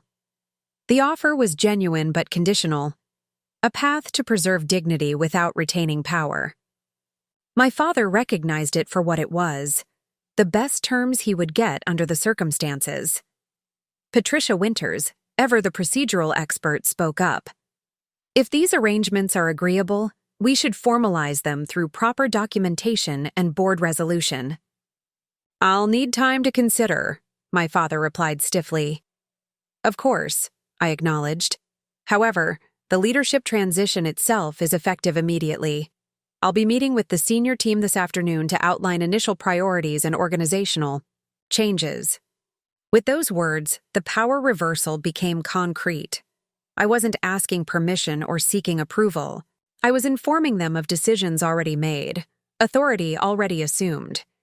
James stood abruptly, unable to contain his anger any longer. This is ridiculous. You can't just walk in and take over. You're not qualified. You're not prepared. James, I interrupted quietly. I built the success you've been taking credit for. Every achievement you've claimed in the past 5 years was my work. I'm not taking over. I'm simply stepping out of the shadows. The room fell silent, the truth of my words hanging in the air. Jacob and Amelia exchanged knowing glances, pieces, finally fitting together in their understanding of how Halcyon had actually functioned. My father stood slowly, gathering his dignity around him like armor. This meeting is clearly over. We'll communicate our decision regarding your offers after appropriate consideration. As they moved to leave, Walter spoke once more. Clarence always said that Halcyon's greatest strength was its ability to adapt when necessary. Perhaps it's time for the Halcyon family to demonstrate the same quality. My father paused at the door, something unreadable crossing his face. For a moment, I thought he might say something conciliatory. Instead, he simply nodded curtly and departed, James following in his wake. In their absence, the atmosphere in the room transformed. The tension of confrontation gave way to the energy of new beginnings. Board members who had been cautiously silent now approached with congratulations and assurances of support. Senior leaders began discussing long-dormant ideas they felt might finally have a chance to flourish. I had arrived at the battlefield as a secretary and emerged as CEO. The power had reversed completely, founded not just on legal documentation, but on demonstrated capability and vision. The war wasn't fully won. My father and brother would not accept defeat easily, but the most critical battle had ended decisively in my favor. For the first time in 5 years, I didn't need to hide my competence or diminish my vision. I was finally standing in the light, ready to lead Halcyon openly into its next chapter. The hours following the boardroom confrontation unfolded with surprising speed. News travels fast in any organization, but in one experiencing a seismic leadership shift, it moves at lightning pace. By lunchtime, every employee at Halcyon Technologies knew something monumental had happened, though the details varied wildly depending on who was sharing them. I decided to address the situation directly rather than allowing rumors to flourish. At 2:00 p.m., I called an all-hands meeting in our largest conference space, standing before the assembled employees not as the secretary they had known, but as the CEO I had secretly been. I know many of you have heard conflicting information about changes in leadership, I began, scanning the faces before me, curious, concerned, confused. I want to provide clarity directly. Effective immediately, I am assuming the role of chief. executive officer of Halcyon Technologies. The murmurs that spread through the room reflected collective surprise. For years, these people had passed me in hallways with polite nods at best, complete disregard at worst. Now I stood before them as their leader. Some of you may be wondering how the company secretary came to be CEO. I continued with a small smile. The truth is more complex than you might imagine. For the past 5 years, I have been working behind the scenes, guiding many of our most successful initiatives while allowing others to take visible credit. As I explained the reality of my role in Halcyon's transformation, I could see the dawning recognition in many faces, particularly those who had implemented my strategies without knowing their true source.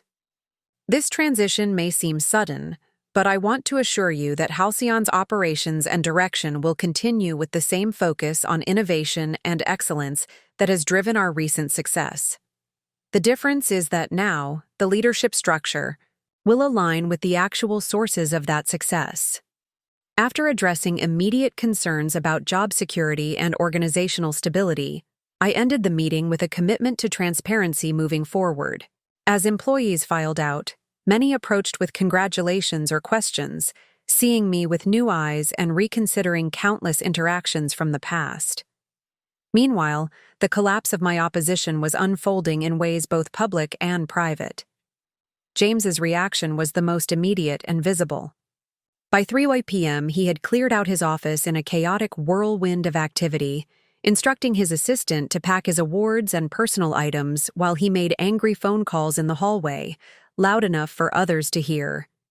"It's a hostile takeover, effectively," he told someone, pacing outside the executive suite. "She manipulated our grandfather, created some kind of shadow operation.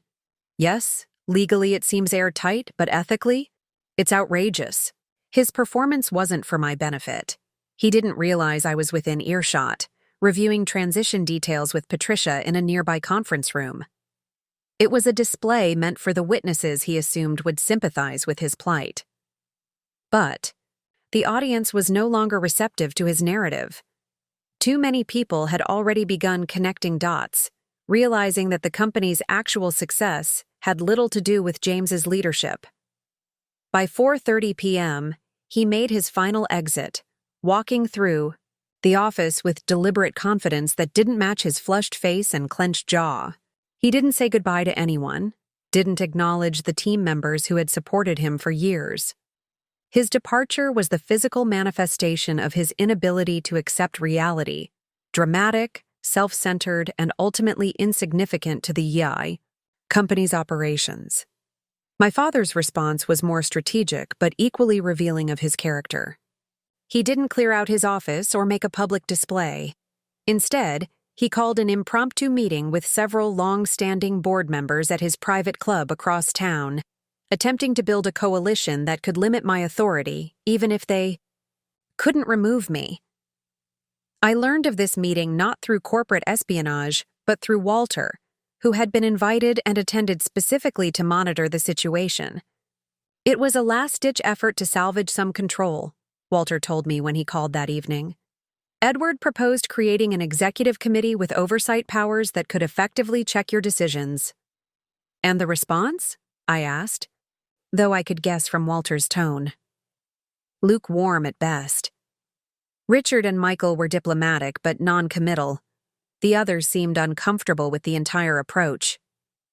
Walter paused before adding, "Edward doesn't realize how much his stock has fallen. The board has watched Halcyon thrive in recent years while questioning his actual contribution. Now that the truth is emerging, they're reassessing everything." "And Cora?" I asked, curious about my former friend's positioning. "The most interesting development," Walter said with a hint of admiration. "She arrived with Edward but distanced herself throughout the meeting, made a point of mentioning specific initiatives she had supported, all ones you apparently orchestrated, and emphasized her focus on operational excellence regardless of leadership structure." I couldn't help but smile at Cora's adaptability. She had already begun repositioning herself for the new reality, separating from James and my father, while highlighting her potential value to the company moving forward. By the next morning, the collapse of my opposition was nearly complete. James had already updated his LinkedIn profile, describing himself as former executive seeking new opportunities, with a carefully worded narrative that implied he had chosen to leave rather than been displaced. Several industry contacts forwarded me his emails seeking meetings, all containing versions of the same story about wanting new challenges beyond the family business. My father took a different approach. At 9 a.m. sharp, his assistant, not me for the first time in 5 years, requested a meeting in his office. I agreed, curious about what strategy he would attempt next. When I entered, I found him sitting behind his desk, posture perfect, expression controlled. The office looked exactly as it had yesterday, with one notable difference. The photographs of my grandfather had been removed from the credenza behind him. "I've considered your proposal," he said without preamble. "I find the terms unacceptable." I nodded, having anticipated this response. "What would you suggest instead?" "I'll accept a full retirement with appropriate compensation," he stated. "No emeritus position, no ongoing role. A clean break." This surprised me. I had expected him to fight for continued influence, not to remove himself entirely. "May I ask why?" I inquired, genuinely curious about his reasoning. Something flashed across his face, pride perhaps, or wounded dignity. "I built this company after your grandfather. I won't remain in a diminished capacity, taking direction from—" He stopped himself. "From your daughter?" I finished for him. "From someone who obtained control through methods I find questionable," he amended carefully. I considered his position, recognizing the pride that prevented him from adapting to new circumstances. My father had always defined himself through authority and control. Without them, he would rather remove himself entirely than accept a new role. "I'll have Patricia draft the retirement agreement," I said simply. "The board will want to recognize your years of service appropriately." He nodded curtly. Our business concluded. As I turned to leave, he spoke once more. "Why this secrecy, Ava? Why pretend to be something you weren't for 5 years? If you had this capability, this vision you claim, why hide it?" I paused at the door, weighing how much to reveal. "I didn't want it to come to this," I admitted. "I hoped that results would speak for themselves, that performance would matter more than preconceptions. I wanted to earn recognition based on merit, not force it through confrontation." "And when did you decide that wasn't possible?" he asked, something almost vulnerable in his question. "When you said, 'Remember your place, Ava. You're just the secretary.' After 5 years of rebuilding the company you and James were running into the ground, you still couldn't see me as anything but a secretary. That's when I knew no achievement would ever be enough to change your perception." He had no response to this truth, and I left him sitting alone in his office, a man whose worldview had collapsed alongside his authority, unable to reconcile his lifetime of assumptions with the reality his daughter had created. By the end of the day, both James and my father had cleared out their offices. The antagonists who had dismissed and underestimated me for years had departed not with a strategic counterattack, but with the disorganized retreat of those who discovered too late that the battle was already lost. The collapse was complete, leaving me with both the victory I had earned and the complexities of rebuilding relationships that might never fully heal. My first official week as CEO of Halcyon Technologies unfolded with a mixture of exhilaration and sobering responsibility. The power I had wielded from the shadows for 5 years was now mine to exercise openly, bringing both freedom and accountability I hadn't fully anticipated. My first priority was stabilizing the organization after the shock of the leadership change. I scheduled individual meetings with each department head, starting with those whose support would be most critical. Jacob Chen from Product Development was my first appointment on Monday morning. As he entered my new office, the same space my father had occupied but already transformed with cleaner lines and better lighting, I could see him recalibrating his perception of me in real time. "I've been thinking about our conversations over the past few years," he said after we'd settled. "And all those times you passed along ideas or routed feedback that seemed to come from nowhere. That was all you, wasn't it?" I nodded.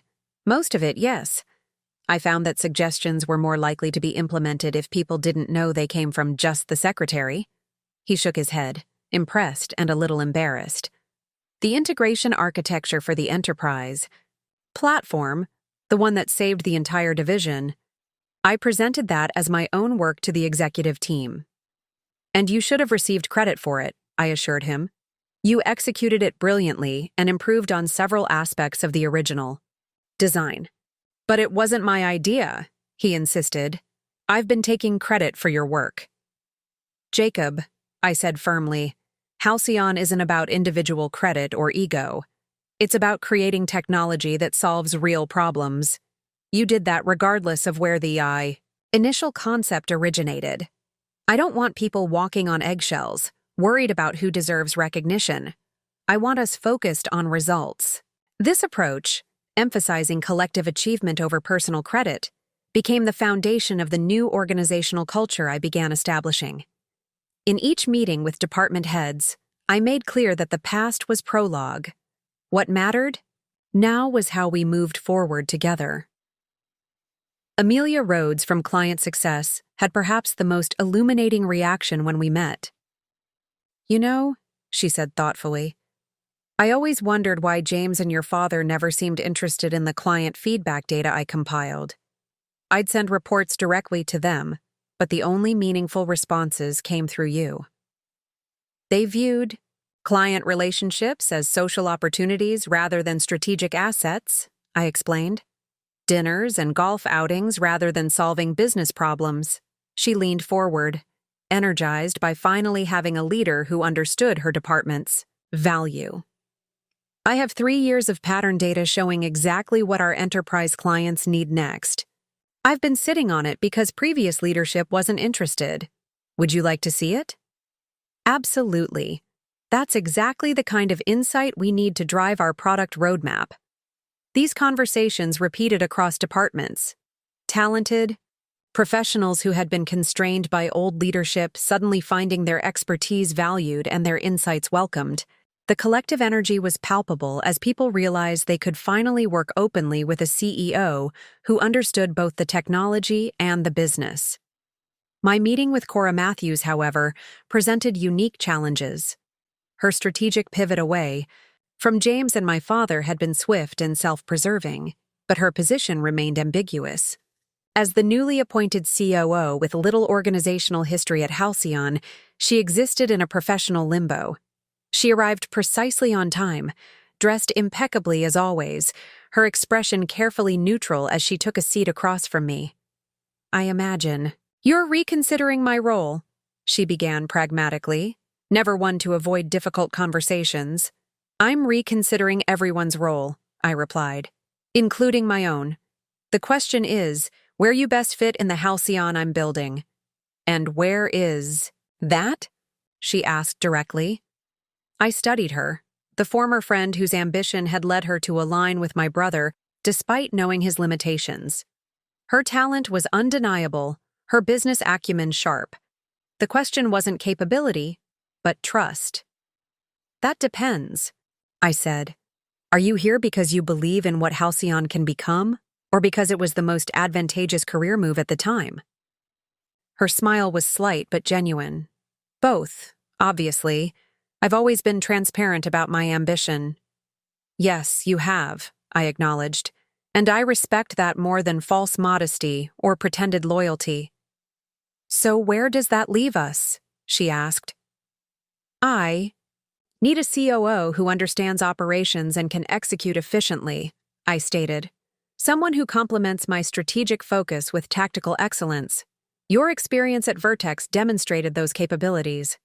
"But," she prompted, sensing the unspoken reservation, "but I need to know you're committed to Halcyon's success, not just your own advancement. The two should align, but when they conflict, I need to trust your priorities. Cora considered this, then nodded slowly. Fair enough. I propose a 6-month trial period. Judge me by results and demonstrated loyalty, not promises or past affiliations. Her directness was refreshing, and her proposal practical. Agreed. 6 months, with clear performance metrics and expectations on both sides. As she stood to leave, she hesitated. For what it's worth, Ava, what you did these past 5 years, rebuilding the company from within while being dismissed as just the secretary. It's extraordinary. I'm not sure I would have had the patience. It wasn't patience, I corrected her. It was strategy. Sometimes the longest path is the most effective one. With the senior leadership team stabilized, I turned my attention to the broader organizational structure. The old Halcyon had been hierarchical, bureaucratic, and resistant to change. The new Halcyon would be flatter, more agile, and innovation-focused. Eliminated 3 layers of middle management that had served primarily as information gatekeepers. I created cross-functional teams aligned around client needs rather than internal reporting structures. I implemented a direct feedback system that allowed ideas to flow upward without being filtered through political considerations. The most significant change, however, was establishing the Innovation Council, a rotating group composed of members from every level and department, given resources and authority to pursue promising ideas regardless of source. This institutionalized what I had done informally for years, identifying valuable concepts and creating paths for implementation outside traditional channels.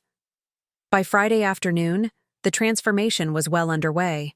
Employees who had been constrained by old structures were embracing new freedoms. Teams that had worked in isolated silos were collaborating across boundaries. The energy in the building was electric, the unmistakable buzz of people who finally felt empowered to do their best work. That evening, I sat alone in my office, reviewing the week's progress and planning next steps. A soft knock interrupted my thoughts. It was Walter, stopping by before heading home. Quite a week, he observed, settling into the chair across from me. Just the beginning, I replied, sliding a folder across to him. I'd like your thoughts on this restructuring of our R&D investment strategy. He glanced through it, nodding appreciatively. Very much in line with what Clarence would have wanted, balanced between short-term needs and long-term vision. He closed the folder and looked at me thoughtfully. He would be proud, not just of what you've accomplished, but how you've done it. I hope so, I said quietly. Any word from Edward or James? He asked. Father's retirement agreement is being finalized. James has been approaching our competitors, apparently positioning himself as having insider knowledge of our operations. Walter shook his head. Predictable, but disappointing. Patricia is handling it, I assured him. A gentle reminder about his non-disclosure obligations seems to have cooled those conversations. As Walter left, I moved to the window overlooking the city lights beginning to twinkle in the early evening. The new order at Halcyon was taking shape, not as a rejection of its history, but as an evolution of its founding principles. My grandfather had built this company to solve problems through technology innovation. My father had maintained it as a source of status and traditional success.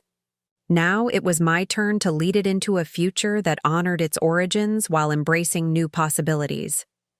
The secretary who had been dismissed and underestimated was now defining the rules of engagement, setting the priorities, and establishing the culture. The new order wasn't about revenge or even vindication. It was about finally allowing Halcyon to become what it was always meant to be. A company where merit outweighed tradition, innovation trumped comfort, and results mattered more than appearances. The transition was far from complete, but the foundation was firmly in place. Halcyon was mine now, not just in legal ownership, but in operational reality and organizational culture. The challenge ahead was proving that my vision deserved the opportunity my grandfather had ensured I would have. 2 weeks into my official leadership, a new challenge emerged from an unexpected direction. I was reviewing quarterly projections. With Piper, when my assistant, the irony of now having my own assistant wasn't lost on me, interrupted with an urgent message. Ms. Halcyon, the Wall Street Journal, is requesting a comment on a story they're running tomorrow. They say it's regarding governance concerns at Halcyon Technologies following the controversial leadership change. I thanked her and excused myself from the meeting. In my office, I found the reporter's email with his direct questions. Was it true that Clarence Halcyon had been suffering from cognitive decline when he transferred controlling interest to me? Had the board been deliberately kept in the dark about ownership changes? Were shareholders considering legal action over the secretive restructuring of the company? The source of these allegations wasn't mentioned, but it wasn't difficult to guess. This had James written all over it, the kind of underhanded attack that avoided direct confrontation while attempting to undermine confidence in my leadership. I forwarded the email to Patricia Winters and our PR director, then called. "Walter, I expected something like this," he said after I explained the situation. "Though I'm disappointed they've chosen to question Clarence's mental capacity. That crosses a line. Do we have documentation of grandfather's cognitive state during that period?" I asked. "Better than that," Walter replied.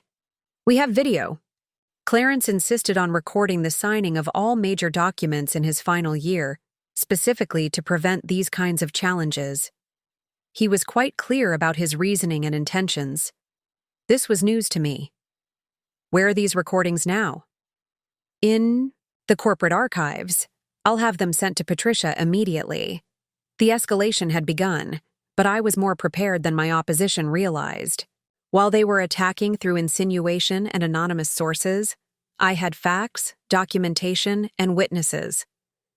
Within an hour, I convened a response team consisting of Patricia, our PR director, Walter, and 2 board members with strong media relationships.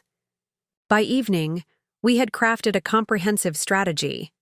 Patricia provided the journal with medical documentation of my grandfather's cognitive health, signed by 3 separate specialists who had evaluated him specifically to prevent future challenges.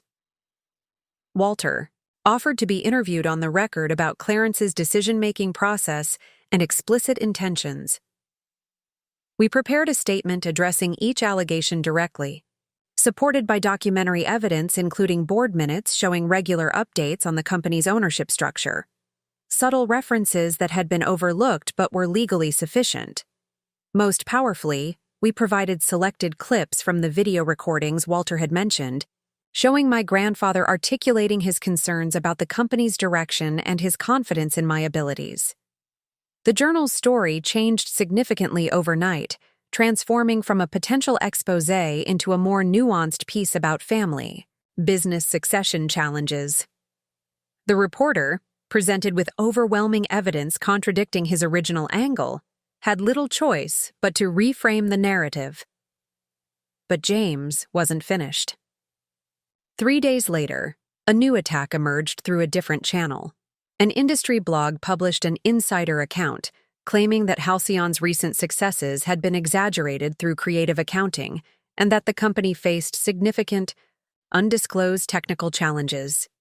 Again, no named sources, but the details pointed to information only James would have had access to, though significantly distorted. This required a different approach. Rather than responding directly to the allegations, which would only generate more attention for the blog post, I decided to demonstrate our actual technical capabilities and financial stability through action rather than words. I accelerated. The announcement of our new enterprise security platform, a major innovation that had been in development for months and was nearly ready for market. The timing hadn't been ideal, but circumstances demanded a show of strength. The product launch was scheduled for the following week, with invitations to major clients, industry analysts, and media. Rather than the typical executive presentation, I structured the event around actual technical demonstrations led by our development team, with Jacob Chen prominently featured as the project lead. The morning of the launch, however, brought a new complication. One of our largest clients called in a panic, having received an anonymous email warning them about critical security vulnerabilities in our existing platforms, allegedly from a concerned former executive. This crossed the line from annoying to potentially damaging. I immediately assembled our security team to conduct a comprehensive review, not because I believed the claims, but because client confidence was paramount. By midday, they confirmed what I already knew. Our security protocols were solid, with no evidence of the vulnerabilities described in the email. Rather than hiding this incident, I addressed it head-on at the beginning of the launch event. Some of you may have received concerning information about our platforms this morning, I acknowledged to the assembled clients and media. I want to address this transparently. Yes, a former executive has been making unfounded claims about our technology. No, these claims have no basis in fact, as our security audit today confirmed. I paused, making eye contact with key clients. But I understand that in today's environment, trust must be earned continuously. That's why we're taking an unprecedented step today. I gestured to our chief security officer who joined me on stage. We're announcing the Halcyon Security Transparency Initiative. Beginning next month, we will undergo quarterly third-party security audits, with results shared directly with our clients. Additionally, we're establishing a bug bounty program with significant rewards for identifying legitimate vulnerabilities. The room's energy shifted perceptibly. What had begun as a defensive position against James's attacks had transformed into an industry-leading commitment to transparency that positioned Halcyon at the forefront of security accountability. The product demonstration that followed was flawless, with Jacob and his team showcasing innovations that clearly demonstrated our technical leadership. By the end of the event, the earlier concerns had been replaced by genuine enthusiasm for both our technology and our approach to client partnership. As attendees mingled afterward, I overheard one CIO tell another, "This is night and day compared to the previous regime.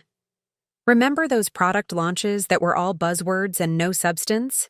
This team actually understands what they've built." That evening, I received an unexpected call from Amelia in client success. "I thought you should—" "No," she said. 3 clients who received those warning emails called today to increase their contracts. They said the way we handled the situation gave them more confidence in Halcyon than they've ever had. James's attempted sabotage had backfired completely, strengthening our client relationships rather than damaging them. But I knew he wouldn't stop there. His attacks would continue, perhaps escalating further as each attempt failed. In preparation, I authorized a comprehensive audit of all projects and decisions James had been involved with during his time at Halcyon. Not for retribution, but for protection. I needed to understand any vulnerabilities he might exploit next. The audit revealed what I had suspected. Several questionable decisions buried under layers of organizational approval, financial arrangements that bordered on improper, and client promises that had never been fulfilled.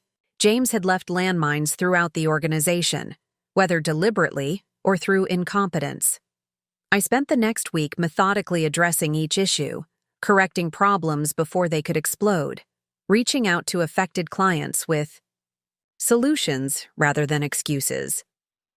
It was exhausting but necessary work, transforming potential crises into demonstrations of the new Halcyon's commitment to integrity and accountability. By the end of the month, James's campaign of undermining had largely collapsed. Each attack had been met with such overwhelming evidence and positive counteractions that he had lost credibility with the industry contacts he was trying to influence.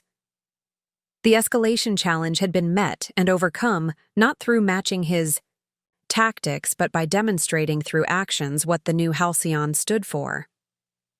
In attempting to tear down what I had built, James had inadvertently provided opportunities to make it stronger, more transparent, and more respected than before. As Walter observed when we reviewed the situation, some leaders are defined by the enemies they defeat. The best ones are defined by how they defeat them. 3 months after taking official control of Halcyon Technologies, I received an unexpected meeting request from my father. Since his abrupt retirement, we had communicated only through lawyers regarding the financial arrangements of his departure. This direct outreach marked a significant shift. We agreed to meet at a neutral location, a private dining room at the Windsor Hotel downtown, far from both Halcyon's offices and my father's home. As I arrived, I found him already seated, looking older than when I had last seen him, but somehow more settled. "Thank you for agreeing to meet," he said as I took my seat across from him. No embrace, no warmth, but a genuine acknowledgement. "Of course," I replied, unsure what to expect from this encounter. After ordering coffee, my father got directly to the point, a trait I had inherited from him. "I've been following Halcyon's progress," he said. "The security initiative was impressive, the new healthcare vertical expansion even more so. The stock price is up 22% since you took over." I nodded, accepting the assessment without comment. These were facts, not opinions, and they spoke for themselves. "I underestimated you," he continued, the admission clearly difficult for him. "Not just your capabilities, which I should have recognized given your education and intelligence, but your commitment to Halcyon itself." The acknowledgement surprised me. My father had never been one to admit error, particularly when it involved his judgment of others. "I appreciate that," I said simply. "I'm not here to ask for my position back," he clarified. "That chapter is closed, but I would like to understand something that has troubled me." "What's that?" "Why did Clarence choose you? Not just over James, which I can now understand given the outcomes, but over me. What did he see that I missed for so many years?" The question held genuine pain and confusion.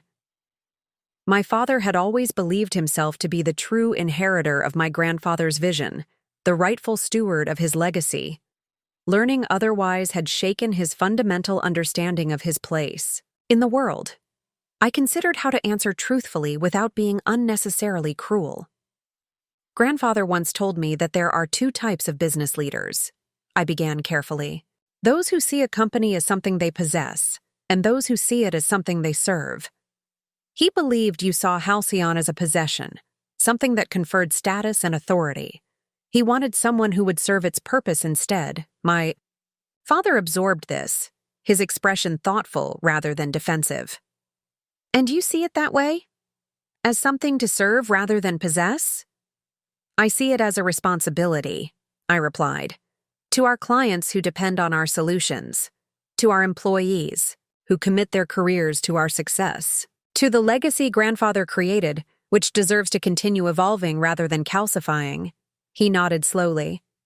"James doesn't understand that distinction. He never has." The acknowledgement of my brother's limitations was perhaps the most surprising part of our conversation.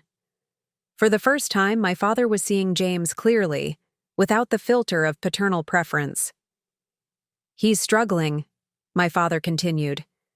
"The connections he thought would provide easy opportunities have proven less receptive than expected. It turns out that reputation matters more than he realized. And relationships built on substance rather than social convenience," I added. "Yes." My father looked down at his coffee cup. "I did him no favors by promoting him beyond his capabilities. I see that now." The admission hung between us, an acknowledgement of the flawed judgment that had shaped both our lives in different ways. My advancement had been hindered by the same bias that had artificially elevated James. "What will you do now?" I asked, genuinely curious about his plans. "I've accepted a position on the board of the Symphony Foundation," he said. "Not business, but something meaningful. Your mother always wanted me to get more involved in the arts." The mention of my mother, who had passed away when I was in college, brought a momentary softness to our conversation. She had been the balance to my father's rigidity, the compassion to his ambition. I had often wondered how different our family dynamic might have been had she lived. "She would have been proud of you," my father said unexpectedly. "She always said you had Clarence's vision and her determination. I should have listened to her more carefully." This was the closest to an apology I would likely ever receive, and I accepted it as such. "Thank you." As our meeting concluded, we reached a kind of peace. Not warm reconciliation, but mutual recognition. The definitive resolution of our conflict had come not through legal maneuvers or business tactics, but through the undeniable reality of results. My father stood to leave, then paused. Halcyon means peaceful or tranquil in Greek. Clarence chose the name deliberately, believing that technology should bring calm to complexity. "You're honoring that vision better than I did." With those words, he departed, leaving me with the realization that some victories don't feel like triumphs, but like the quiet settling of things into their proper place. The definitive resolution wasn't just about who controlled Halcyon. It was about validating the vision that had guided me through years of patient work and calculated patience. My grandfather had been right all along. Halcyon's true strength wasn't in power or position, but in purpose. And that purpose was now secure in the hands of someone who understood it completely. 6 months after taking official control of Halcyon Technologies, I stood at the floor-to-ceiling windows of my office, watching the sunset paint the city skyline, in gold and amber. The view was the same one my father and grandfather had gazed upon, but what I saw was fundamentally different. Not just a landscape, but a future unfolding. The transformation of Halcyon under my leadership had exceeded even my own expectations. Our market valuation had increased by 40%. Our client retention rate had reached an unprecedented 97%. Our innovation pipeline was filled with promising technologies that would shape industries for years to come. But the most meaningful changes weren't reflected in metrics or stock prices. They lived in the culture that now defined us. A meritocracy where ideas were valued regardless of their source, where collaboration replaced competition, where purpose drove decisions rather than personality or politics. I thought about the journey that had brought me here. 5 years of working in the shadows, building influence without recognition, transforming systems without credit. The painful moment of dismissal that had finally pushed me to claim what was rightfully mine.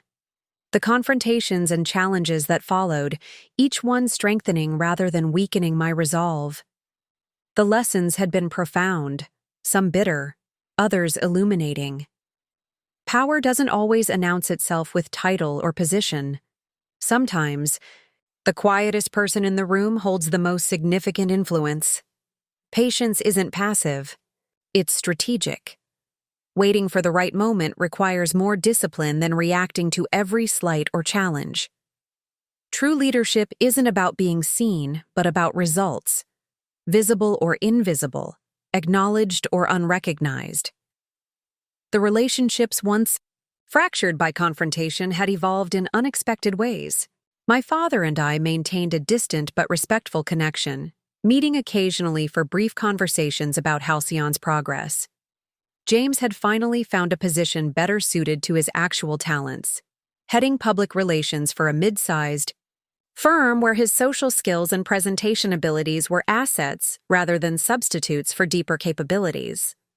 Cora had surprised everyone by proving herself invaluable as COO, her ambition channeled productively into operational excellence once she recognized that performance rather than politics would determine her advancement.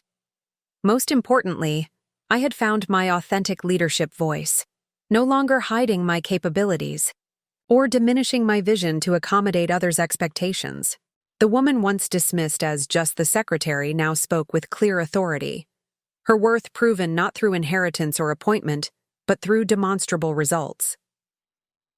As I turned away from the window and back to my desk, my eyes fell on a small framed photograph, my grandfather in his workshop, a young me perched beside him as he explained some technical concept, both of us absorbed in the discussion. He had seen my potential long before anyone else, had quietly prepared me for this role when others weren't looking. "You were right, grandfather," I said softly to the image. "Sometimes the most power comes from being underestimated." The secretary had become the CEO. The silent architect had claimed credit for her designs. The patient strategist had revealed her long game. And Halcyon Technologies, my company, my responsibility, my legacy, was stronger for the transformation. Up next, you've got 2 more standout stories right on your screen. If this one hit the mark, you won't want to pass these up. Just click and check them out. And don't forget to subscribe and turn on the notification bell so you don't miss any upload from us.